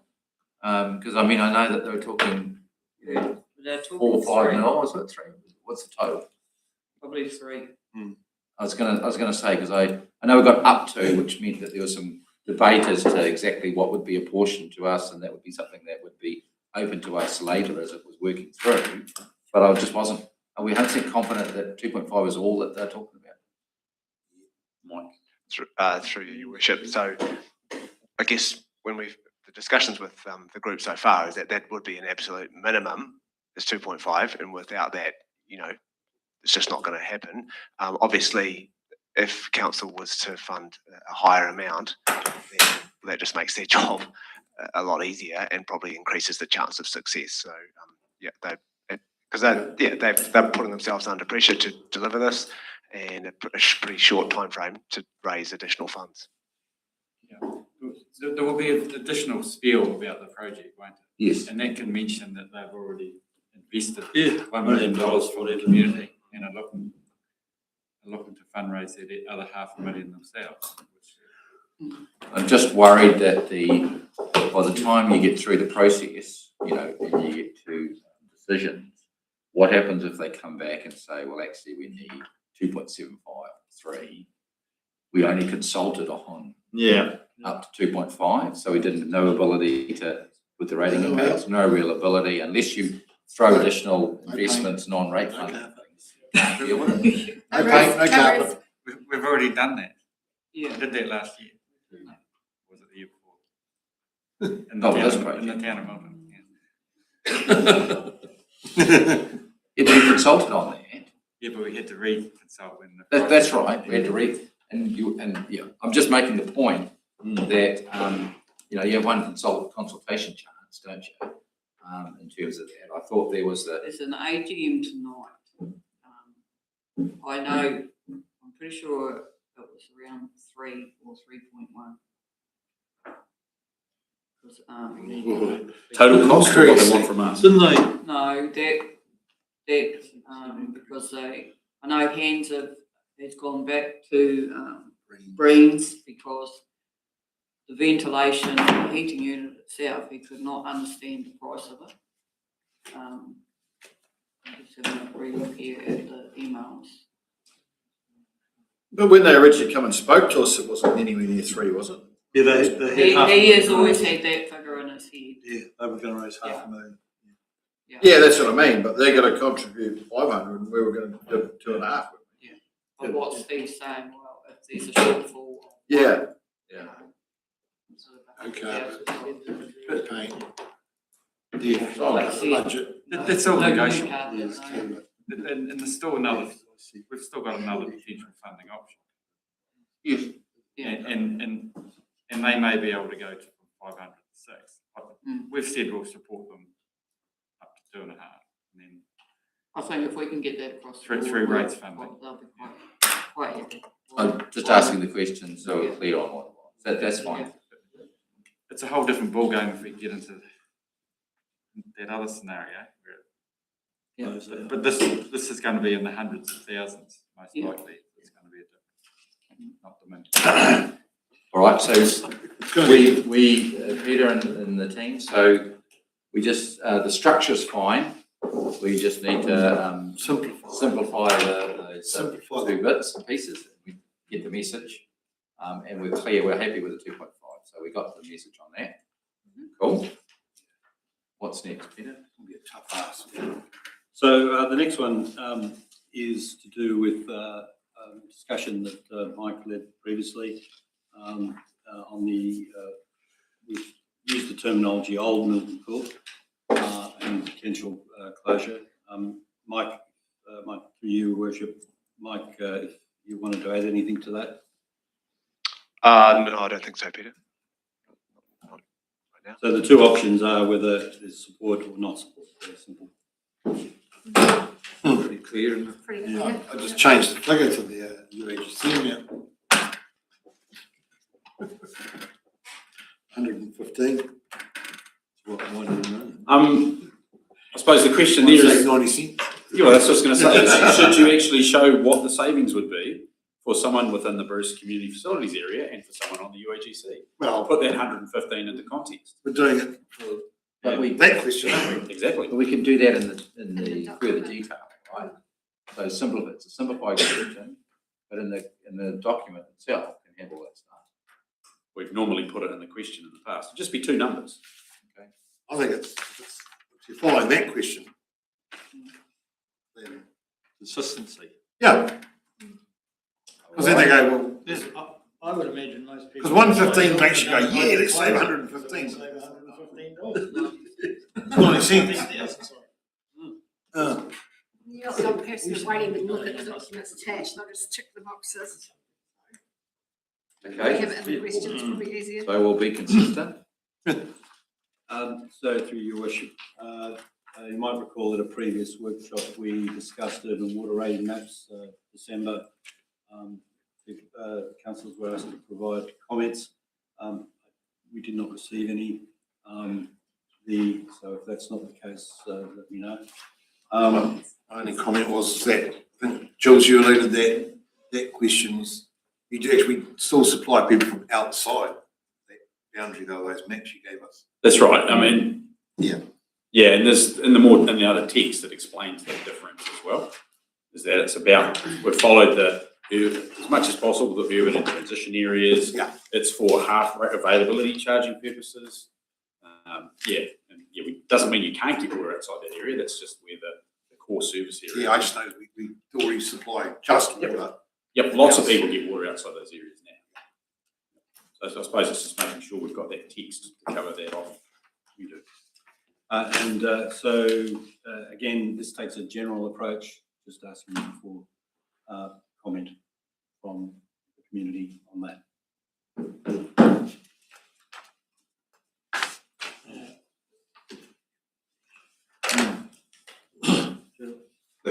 Sorry to be a pain, but I could just go back to question 3, please.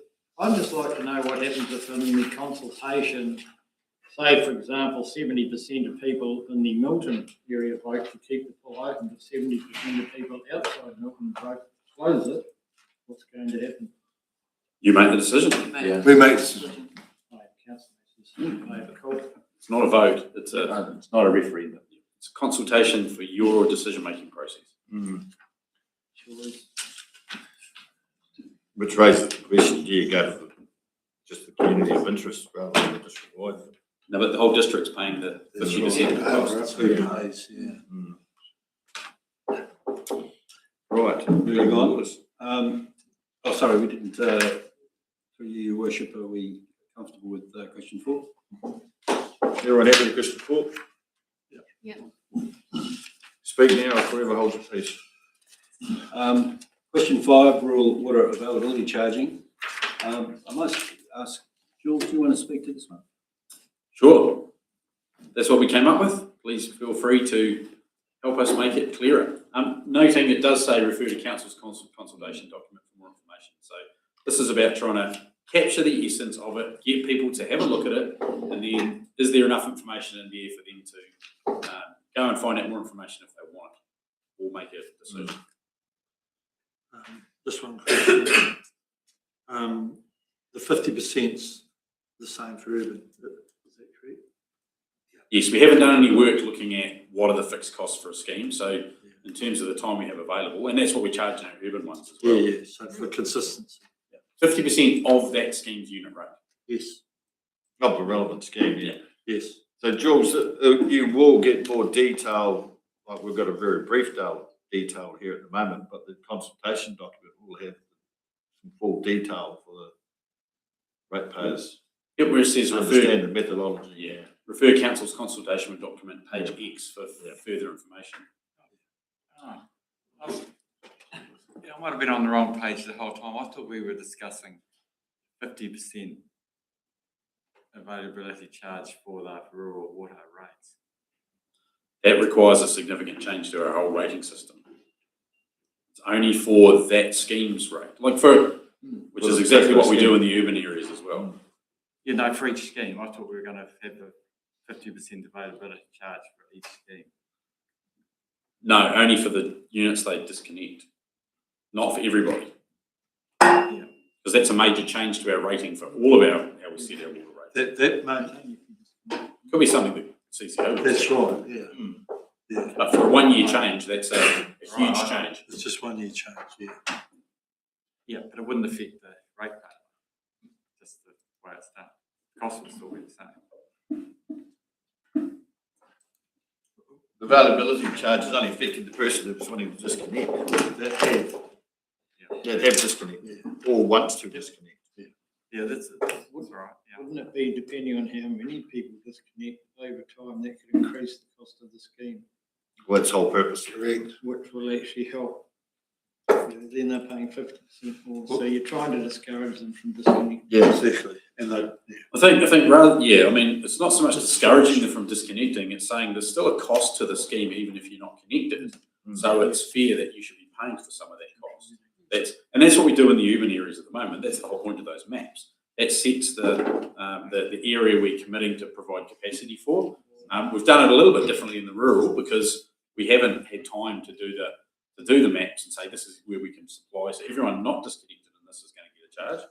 We've just said it's purely based on previous connections because on the assumption that we can still supply you, which is something that our water team said we need to look at that going forward, but that'll be an issue for the CCO to grapple with. Okay, so that's the reason why you couldn't put a 50% charge on everyone. You You can can pay for your guarantee use. that they can get that 50%. We need to be able to avoid significant costs for the scheme. If someone says, "Oh, I'll have to water them," that's why we haven't done that in terms of the area assignment, because we need to do modelling and work out what we need to do to supply all of those areas. Just for 1 year. Yeah. Your Worship, also, Jill, as you recall at that meeting the other day, is one of the chairmen was talking about the capacities of the scheme, like being 65 or 60 litres per hectare. Well, there needs to be a wee bit of detail around that because that's not people's allocation. It's a different thing.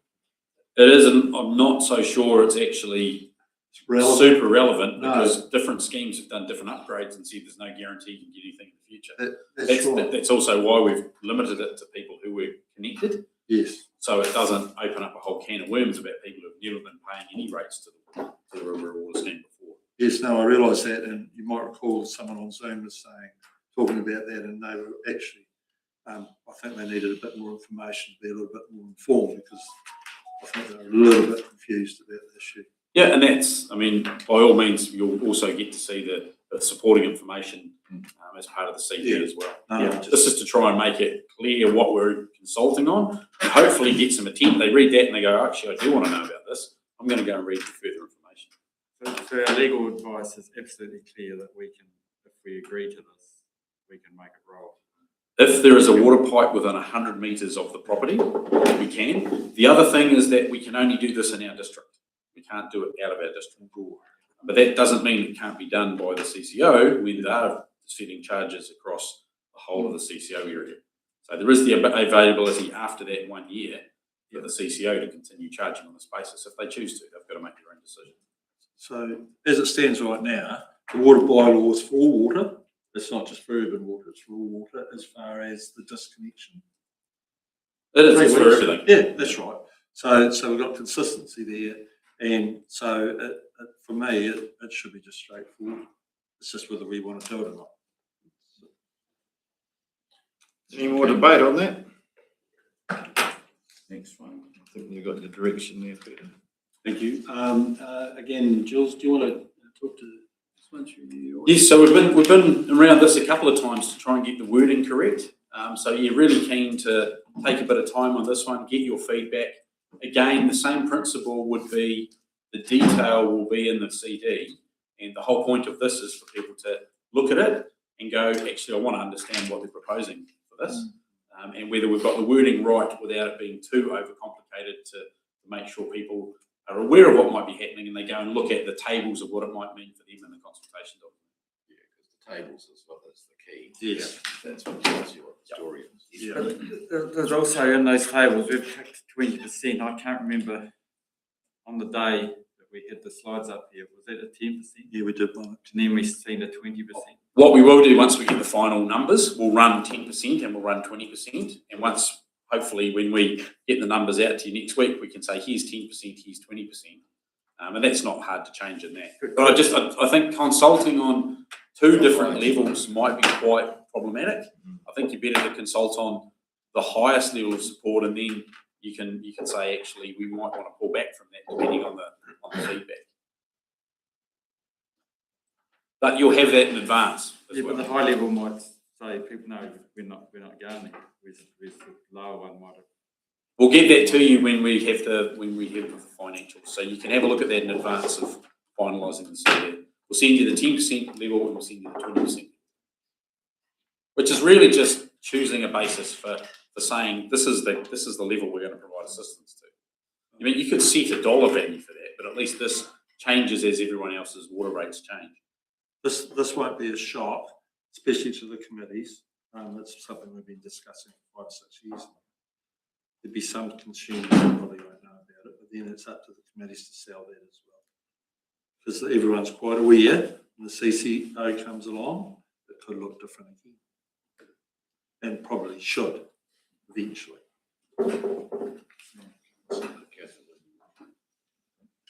Councillor Kettle. Oh, I saw a note on the slide up there, option 1 and option 1.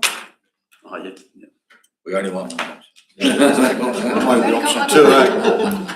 Thank you for your observation there, councillor. Rightio. The second one doesn't even say support. No. Question 7. So through your worship, quality targeted rates, this reflects the good conversation that's had at the workshop, we hope. And I might ask Jules, do you have any additional thoughts? Yeah, so we've tried to capture the areas that have come up in the past where we've considered voluntary targeted rates. The ones we didn't talk about previously were the bottom two, but those were ones that you actually resolved in 2019 to include as targeted rates. And that was, I mean, urgent health and safety. We had a situation where asbestos went from one property onto a neighbour's property. It required cleanup, and the property owner said, "Can I please pay that off over a voluntary targeted rate?" So that's something where the cleanup has to happen, and we can assist with that. The other thing with cleanup costs, we have had some of those from adverse events, but the issue with that will be what the quantum of that might be, especially based on our adverse event we had last year. That could be quite high. So there may be something where you want to consider a limit in terms of the value that you might want to entertain a VTR. If it's someone in an urban situation and they don't have the money, it might be a few $1,000s. If it's so yeah, these are based on previous proposals that were put forward and the discussions regarding water connection costs and tanks and Clinton and those sorts of things. So yeah, happy to add more, take them off, or adjust them. It's supposed to be warm air, but it's not spelled correctly. Yeah. Excluding solar, because that was the discussion we had last time. Yeah. You don't necessarily need to exclude solar if you put a cap on. Yeah. If you decide to say for these are things we're going to have a cap in terms of the value, that would mean, doesn't matter what it is, but you can exclude solar. You can still do that by decision. Yep, that's right. Yeah. It would be interesting though, Jules, to see what like an average 3-bedroom household would cost to convert to solar. You know, if you wanted to include that. Someone might know, there's been a few items around. Depends if you put batteries in as well, or you just use the solar, it's about 7,000 for it. And the other one there was the cleanup cost to remedy issues. We've got pretty good examples of late after the last event, you know, what people are coming to us for with fencing and garden trees and that sort of thing. So I think that'll be worth considering, capping it. Yeah, but we have to have some sort of cap as to how much we'd lend, because I look at their cleanup costs and I'd go, oh man, I'll just put all my bill and get the council rating and then pay the bank back. That's why we suggested putting a cap on, council. Yeah, you have to have a whole. Yeah. But you've seen some of those bills that have been coming to the Mineral Relief Fund, and some of them are very substantial, and others are relating to pensioners that can't afford it. You can do all that at decision time. Yeah. And because it's all rates neutral, you're not really hampered by anything you decide as a result. So you can create your rules and you can do anything you like as a result. I suppose the point was more around, we are by law required to consult to set up a scheme. So we're just consulting to set up a scheme, but you've got ultimate flexibility in decisions because it's quite a wide thing, and it's all rates neutral, like I said. So we can deal with, we can get comments, feedback, and we can come up with decisions, proposals. My point there to what Steve's saying is we've had sporting bodies applied to the Mineral Relief Fund to help fund. So you've got different classes. You've got community sports groups, and then you've actually got community individuals who are pensioners and don't have that ability. But they couldn't have that ability by doing it through their rates, so, Yay, yeah. do we have to specify the type of things we will fund? Could there be something that has a value limit? And then that would be at the discretion of the mayor or the CE, up to a certain value? We could have a look at it. You might wanna, I mean, the safest part if you wanna do that is if you have specific categories in mind, you want to set it out, and then you might say like something to the effect of, there's a discretionary fund or something like that. Or by resolution of council? Yeah. Just gives you flexibility. We have been in trouble before with resolution of council. Yeah, I know. Statutory. So that last one, will there be like an example in the consultation document? We could Otherwise, put I that read in. that and sort of thought, what are you talking about? That's about the crazy homes, what does it actually mean? Yes. Yeah. We could put a little brief couple of sentences on what each of those ones might involve in an example. Yeah. Water, e.g. installing a water tank and associated pressure pump and connections in Clinton. Yeah. Or financial contributions So potentially. for those. closing homes is still the insulation?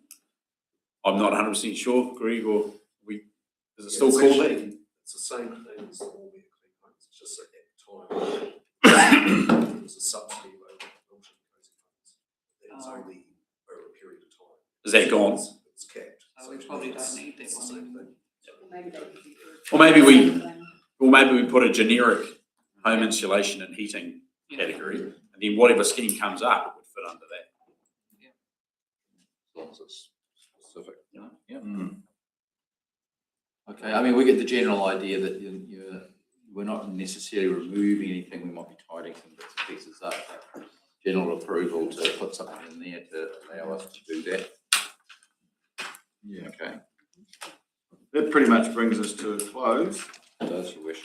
The 12:21, so we've got another 10 minutes up there. So let's reconvene at 1:30. We've got two members of the public coming to speak regarding beaches, vehicles on beaches. Julie has got the lunch ready for you. There, It was also just been for your